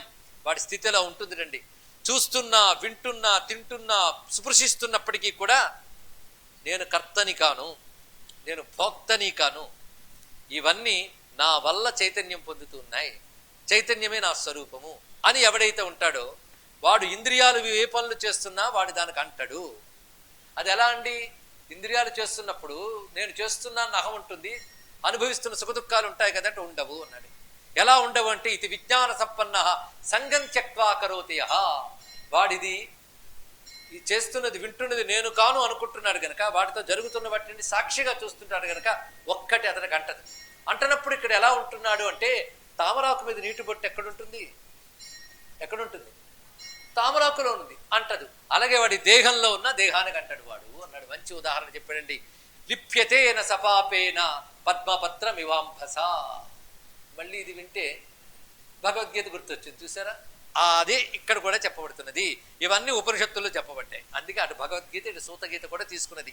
నైవ కించిత్ కరోమీతి యుక్తో మన్యేత తత్వవిత్. ఇవన్నీ చేస్తున్నా నేను చేయడం లేదు, చూస్తున్నది కన్ను, నేను కాదు అని గ్రహిస్తూ ఎప్పుడైతే ఉన్నాడో ఆ కన్నులో చైతన్యం కూడా ఆయనే ఇలా గ్రహించుతాడు. అప్పుడు వాడికి ఏవి అంటావు సుమా, అంతా బ్రహ్మమైనప్పుడు రెండో భావం లేదు. ఏ స్థితిలో ఇది? సమాధి స్థితిలో. సమాధి స్థితి అంటే కాసేపు మఠం వేసుకున్నప్పుడు సమాధి, తెరిస్తే లేదు అంటే కుదరదు. అందుకే సాధారణ దశలో ఒక దశకు వెళ్ళిన తర్వాత గురువు గారు అడిగారు ఎలా ఉన్నానైనా అని. ఇప్పుడు పూర్వం కుదరలేదు కానీ ఇప్పుడు కళ్ళు మూసుకుంటే పరమాత్మ ఎందు మనస్సు నిలుస్తుందండి. ఏది మనసారి చెప్పు? కళ్ళు మూసుకుంటే పరమాత్మ ఎందు మనస్సు నిలుస్తుందండి. వెంటనే గురువుగారు భేష్ అంటారు అనుకున్నాడు. అంటే కళ్ళు తెరిచి నిలవట్లేదు కదా, ఇంకా సాధన చేయాలని చెప్పి తెలుసుకుంటాడు. అన్నీ మూసుకుంటే ఏ వికారం లేదు, అన్ని తెరచినా వికారం ఉండకూడదు, అది తెలుసుకో. ఇక్కడ నిర్వికార స్థితి అలా ఉండాలి. దాని జాగ్రత్త సమాధి అని పేరు కూడా చెప్పారు ఇక్కడ. అంటే సమాధి యొక్క పూర్ణస్వరూపం అది ఇక్కడ. అటువంటి వాడు తనలో కనులు మూసినప్పుడు దేన్ని ధ్యానించాడు, కన్ను తెరిచినప్పుడు దాన్నే చూస్తున్నాడు. అటు ఇటు ఎటు ఒకటే బ్రహ్మము. అదే త్వయి మయి చాన్యత్రైకో విష్ణు. అప్పుడు ఇక వ్యర్థం కుప్యసి, ఇంకా కోపాది భేదభావాలు ఎక్కడుంటాయి? అసహిష్ణు. కానీ కోపాది భేదభావాలు తెచ్చుకుని గురునిందలు చేస్తూ తిరుగుతున్న వాళ్ళందరూ జ్ఞానం లేని వాళ్ళని దీన్ని బట్టి తెలుస్తుంది కదా. ఆయన అన్నాడు, ఎందుకయ్యా నా మీద అనవసరంగా కోపగించుకుంటామన్నారు శంకరులు. అయినా కోపగించుకుంటున్నారంటే అజ్ఞానం అంత పేరుకుపోయింది. ఎందుకు ఇది చెప్తే శంకరులు గుర్తొస్తున్నారంటే వేద హృదయమే శంకరులు, వేదాంత హృదయమే శంకరులు. అందుకే సర్వతంత్ర స్వతంత్రాయ సదాత్మాద్వైత వేదిని శ్రీమతే శంకరార్యాయ వేదాంత గురవే నమః. ఇది విజ్ఞాన సంపన్న సంగం త్యక్వా కరోతి యః లిప్యతేన సపాపేన పద్మపత్ర వివాంభస. ఇది తెలుసుకో. ఇలాంటి జ్ఞానం పొందిన వాళ్ళని ఎవరైతే ద్వేషిస్తారో వాళ్ళ గతులు ఎలా ఉంటాయి చూడండి. వాడు ఎన్ని వేషాలు వేసుకున్నా వాడు గతులు మాత్రం దుర్గతులే. జ్ఞానిని ద్వేషించేవాడు దుర్గతులు ఎలా ఉంటాయో చెప్తున్నాడు ఇక్కడ. ఏ మానవాధములు ఏ ద్విషంతి మహాత్మానం జ్ఞానవంతం నరాధమా పచ్యంతే రౌరవే కల్పమేకాంతే నరకే సదా. వీడిగా జ్ఞానం రాలేదు, సాధన లేదు, జ్ఞానులు నిందించాడు. నిందించడం వల్ల కల్పాంతం వరకు రౌరవ నరకంలో ఉంటారు. కల్పాల లెక్క నేను ఎప్పుడో వారం రోజుల క్రితం చెప్పాను, మళ్ళీ ఇప్పుడు చెప్పడం ఎందుకు. దుర్వృత్తోవా సువృత్తోవా మూర్ఖ పండితయేవా జ్ఞానాభ్యాస పర పూజ్య. గొప్పవాడు. ఎంతవరకు కూడా దుర్మార్గుడు కానీ మంచివాడు కానీ మూర్ఖుడు కానీ పండితుడు కానీ జ్ఞానాభ్యాసం చేస్తున్నాడు అంటేనే గౌరవించాలి. ఇదే మాట అపిచేత్ సుదురాచారో భజతే మా మనన్య భాక్ అని భగవద్గీతలో స్వామివారు చెప్పారు. నన్ను తనకి వేరుగా ఎవడు భావించడో వాడు అంతవరకు సుదురాచారుడైనా అప్పటి నుంచి వాడు సాధువే అన్నాడు ఇక్కడ. అది విషయం. దీనికి అర్థం ఎలా చేశారంటే మా మనన్య భాక్ అంటే ఇతర దేవుళ్ళని విడిచిపెట్టి నన్ను మాత్రమే ఎవడు ధ్యానిస్తాడో వాడు మాత్రమే సాధువు అనలేదు ఆయన. కృష్ణుడు హృదయానికి వేరది. అనన్యం అంటే తాను పరమాత్మకు వేరు అనే భావాన్ని విడిచిపెట్టుటే అనన్య భక్తి. తనను నడిపే ఆత్మ ఆయనే అని తెలుసుకోవడం అనన్య భక్తి. ఇది గ్రహించగలగాలి. అటువంటి జ్ఞాన అభ్యాస దశలో ఉంటేనే వాడు పూజ్యుడే. అందుకే గురువులు రెండు, సాధక గురువులు, సిద్ధ గురువులు. సాధన దశలోనే గురువులు గొప్పవారు. ఎందుకంటే వారు జాగ్రత్తగా చదువుకుని వాళ్ళు సాధన చేస్తూ మనకు నేర్పుతున్నారు. ఇది ఎలాంటిదంటే ఓ ఇద్దరు కలిసి ప్రయాణానికి వెళ్ళినప్పుడు ఒకడు రోడ్డు స్టడీ చేసిన వాడు, అక్కడ ఉండేవన్నీ ఆల్రెడీ స్టడీ చేసిన వాడు మన పక్కన ఉన్నాడు. వాడితో మనం హాయిగా వెళ్ళిపోవచ్చు, వాడికి అన్నీ తెలుసు, ఎటు తిరిగితే అటు వెళతాము. వాడు సాధక గురువు. ఇప్పటికే ఆ చోటు తెలిసిపోయి ఉన్నవాడు కూడా ఉంటాడు. అక్కడికి 10 మార్లు 15 మార్లు వెళ్ళి వచ్చినవాడు. కానీ నిన్ను అక్కడికి తీసుకెళ్లడం కోసం నీ ఇంటికి వచ్చి బండి ఎక్కువ తీసుకెళ్తున్నాడే వాడు సిద్ధ గురువు. తెలుసుకోండి. ఎవడైనా గురువే. అందుకే వాడికి నమస్కారం చేయాలి, వీడికి నమస్కారం చేయాలి. అందుకే జ్ఞానాభ్యాస పర పూజ్య. ఎలాంటి వాడైనా జ్ఞానాభ్యాసం మొదలు పెడితేనే వాడిని పూజ్యుడు అంటున్నారే. కిం పునః జ్ఞానవాన్నరః. ఇంకా జ్ఞాని గురించి ఏం చెప్పాలయ్యా? అందుకే గుర్తుపెట్టుకో, ఆత్మజ్ఞాని కదులుతూ ఉంటే వాడి వెంట నేను వెళుతూ ఉంటాను, వాడి పాద ధూళిని నేను నెత్తిని పెట్టుకుంటాను అన్నాడు శివుడు. అంత గొప్పగా విషయం చెప్పాడు. తాను నాకు అభిన్నుడు కదా, మరి నాలాగే ఏం చేయమంటావు? ఎలాగైతే ఒక రాజ్యాన్ని రాజుని ప్రజలందరూ గౌరవిస్తారో జ్ఞానిని ప్రపంచమంతా గౌరవించాలి. ఎంత గొప్పవాడు చెప్పాడు. అందుకే జ్ఞానినే జగద్గురువు అని ఎందుకు అన్నారు ఇప్పుడు తెలిసింది కదా. ఎవడు అభేదాన్ని దర్శిస్తాడో వాడి జగద్గురువు ఎందుకు అయ్యాడంటే జగత్తంతా ఈశ్వర స్వరూపంగా దర్శించాడు. జగజ్జీవ ఈశ్వరు మూడు లేవు, ఒకడే ఈశ్వరుడు దర్శించాడు, జగద్గురువు అయ్యాడు. అందుకే వాడు దేవతల చేత కూడా పూజ్యుడు. దేవైహి మునిభి పూజ్య. ఎంత గొప్ప విషయం. దీన్ని బట్టి జ్ఞానం అయిపోవాలి అనిపించట్లేదు? 10 మంది చేత దండం పెట్టించుకునే పెద్ద పొజిషన్కి వెళ్ళాలనుకుంటే ఎంతకంటే గొప్ప పొజిషన్ ఏముంటుందండి? ఒక్కడు గుర్తుపెట్టుకో, జ్ఞాని ఎవరింటికైనా బయలుదేరాడు అనుకో, ఆ ఇంట్లో పితృదేవతలు డ్యాన్సులు చేస్తారట, నృత్యాలు చేస్తారు. జ్ఞానిగాన ఇంట్లో అడుగు పెడితే వాళ్ళ పితృదేవతలు ముక్తి పొందిపోతారయ్యా అన్నాడు. అంత గొప్ప మాట. అందుకు ఒక్క జ్ఞాని దొరకడం కష్టం. జ్ఞాని అడుగు పెడితే పితృదేవతలు నాట్యం చేస్తారు. యస్య గేహం సముద్దిశ్య జ్ఞాని గచ్చతి సువ్రత తస్య క్రీడంతి పితరః యాస్యామ పరమాంగతి. జ్ఞాని అడుగు పెడితే వాడు వాడి తల్లిదండ్రులు కూడా సిద్ధి పొందిపోతారట ఆ ఇంట్లో వాళ్ళు. అంత గొప్పదయ్యా జ్ఞాని స్థితి. అంతేకాదు, అలాంటి జ్ఞానిని కన్న తల్లి అదృష్టవంతురాలు. కులం పవిత్రం. వాడు ఏ వంశంలో పుట్టాడు, వంశం పవిత్రం. వాడి తల్లి కృతార్థురాలు. వాడు మెట్టిన భూమి పుణ్యతీర్థం. కులం పవిత్రం జననీ కృతార్థ విశ్వంభర పుణ్యవతీ చ తేన అపార సచ్చిత్ సుఖ సాగరే సదా విలీయతే యస్య మన ప్రచార. అనంతానంద జ్ఞాన సముద్రంలో లీనమైపోయిన మహాపురుషుడు ఏ వంశంలో పుట్టాడో వంశం పవిత్రం, ఏ తల్లికి పుట్టాడో ఆ తల్లి ధన్యురాలు, ఏ భూమిలో నడిచాడో భూమి పుణ్యతీర్థం. అలాంటి మహాయోగులు నడిచిన ఆసేతు సీతాచలం కంటే పుణ్యభూమి మరొకటి ఉంటుందా? అందుకే భారతదేశం పుణ్యభూమిని చెప్పబడుతున్నది. యుగాల నుంచి అలాంటి మహాత్ములు సంచరించిన దేశం ఇది. అందుకే అలాంటి మహాత్ముని మాయ ఏమీ చెయ్యలేదు. అలాంటి మహాత్ములకి నమస్కారము. ఇప్పుడు ఈ చెప్పిన జ్ఞానమంతా శ్రద్ధ చేత గురుభక్తి చేత మాత్రమే తెలుసుకోగలవు నాయనా బృహస్పతి అన్నాడు. అంటే వినేటప్పుడు ఇంక సందేహం కూడదు, అదే శ్రద్ధ.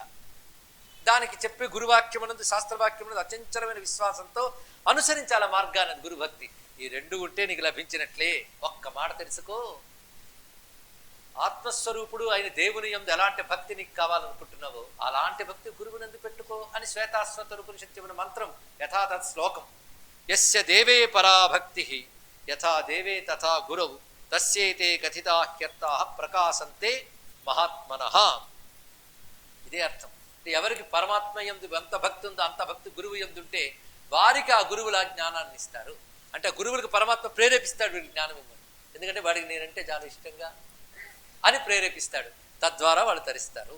ఇది విషయం చెప్పి మౌనంగా ఉన్నట్టు శివుడు. అంటే తన అసలు స్వరూపంలో గడిపాడు. మౌనం వ్యాఖ్య. దానితో పరవశించిపోయాడు బృహస్పతి. ఆనందక్లిన సర్వాంగ, ఒళ్ళంతా ఆనందంతో పులకించిపోయి ఆర్ద్రమైపోయింది. ఒక్కసారిగా స్వామిని చూసి నమస్కరిస్తుంటే, నేను చెప్పిన దానిలో శంక అనేది లేదు, దీన్ని వ్యాపింపజేయడం నీ బాధ్యత అన్నాడు. స్థాపయధ్వమిమం మార్గం. ఇది బ్రహ్మ విద్యా మార్గం, దీన్ని వ్యాపింపజేయు అన్నాడు దేవగురువైన బృహస్పతిని. దేవతలకి గురువు ఆ బ్రహ్మ విద్యాల పరంపరగా మనకు భూమి యందు ప్రాప్తించింది అని జ్ఞానయోగ ఖండం పరిపూర్ణం చేశాడు. ఇక్కడికి ఇదంతా అద్భుతం ఎక్కడ జరిగిందంటే శివుడు బృహస్పతి సంవాదంగా చెప్పడం అత్యద్భుతమైన అంశం. బుద్ధ్యధిష్టాన దేవత అయినటువంటి బృహస్పతి కూర్చొని ఈశాన సర్వ విజ్ఞానమైన వాడి దగ్గర నుంచి పొందుతున్నాడు ఇక్కడ. అంటే బుద్ధి పరమాత్మను ఆశ్రయించి జ్ఞానం పొందడమే, బృహస్పతి శివుని ద్వారా జ్ఞానం పొందాడనే కథలో అద్భుతమైన ఆంతర్యం. అటువంటి విశేషాన్ని చెప్పగానే నైమిషి మహర్షులు అన్నారు, ముక్తి ఎన్ని రకాలుగా ఉంటుంది, అది ఇచ్చేవాడెవడు, మాకు ఇది చెప్పన్నాడు. అంటే రకరకాలుగా అనిపిస్తుంది. సగుణ బ్రహ్మ చెప్తున్నావు, దాని నుంచి అటు అంటున్నావు, కానీ ఇందులో ఏది ముక్తిస్తాను ప్రశ్న వస్తుంది. అవునా, చెప్తున్నాను విను అని సూతుల వారు చెప్తున్నారు. సూతుల వారు గొప్పతనం ఏంటంటే నేను చెప్తున్నాను ఏది చెప్పడం. మా గురువుగారు చెప్పారు అని చెప్తూనే మా గురువు గారు కూడా ఏం చెప్పారంటే బృహస్పతికి శివుడు ఇలా చెప్పాడని చెప్పారు అన్నాడే. కానీ చూడండి ఎంత గొప్ప విషయం. అది ఎవడైనా నేను చెప్తున్నా ఏం పర్వాలేదంటే వాడి మాట వినకండి, శాస్త్రం చెప్పింది తీసుకోండి, అది చెప్తున్నాడు ఇక్కడ. ఇక్కడ ఏం చెప్తున్నాడంటే, ఒకప్పుడు మహర్షులందరూ కోరిక మేరకు నారాయణుడు సర్వజ్ఞుడై తనకు అభిన్నమైన శివుడితో మాట్లాడుతున్న కబుర్లు, వాళ్ళిద్దరూ చెప్పుకున్న మాటలు చెప్తున్నారు విను. ముక్తి అంటే ఏమిటి, ముక్తులు ఎన్ని రకాలు, ఇన్ని రకాలు ఉంటే ముక్తి ఎలా అవుతుంది, అవన్నీ చెప్తా విను అని మొదలుపెట్టాడు. అవేమిటో రేపు తెలుసుకునే ప్రయత్నం చేద్దాం. సర్వం శ్రీ సాంబ సదాశివ చరణ అరవిందార్పణమస్తు. సర్వమంగళ మాంగళ్యే శివే సర్వార్థ సాధికే శరణ్యే త్రయంబకే గౌరీ నారాయణి నమోస్తుతే. కాశీక్షేత్ర నివాసాయ కామితార్థ ప్రదాయినే విశాలాక్షి సమేతాయ విశ్వనాథాయ మంగళం, విశ్వనాథాయ మంగళం. శ్రీమద్రమారమణ గోవిందో హరి గోవింద. నమ పార్వతీపతయే హర హర మహాదేవ.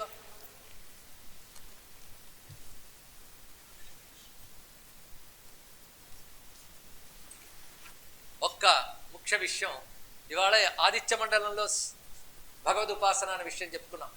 అవే మనకు ఆదిత్య హృదయం మొదలైనవన్నీ చెప్పేది ఆ విషయాన్ని.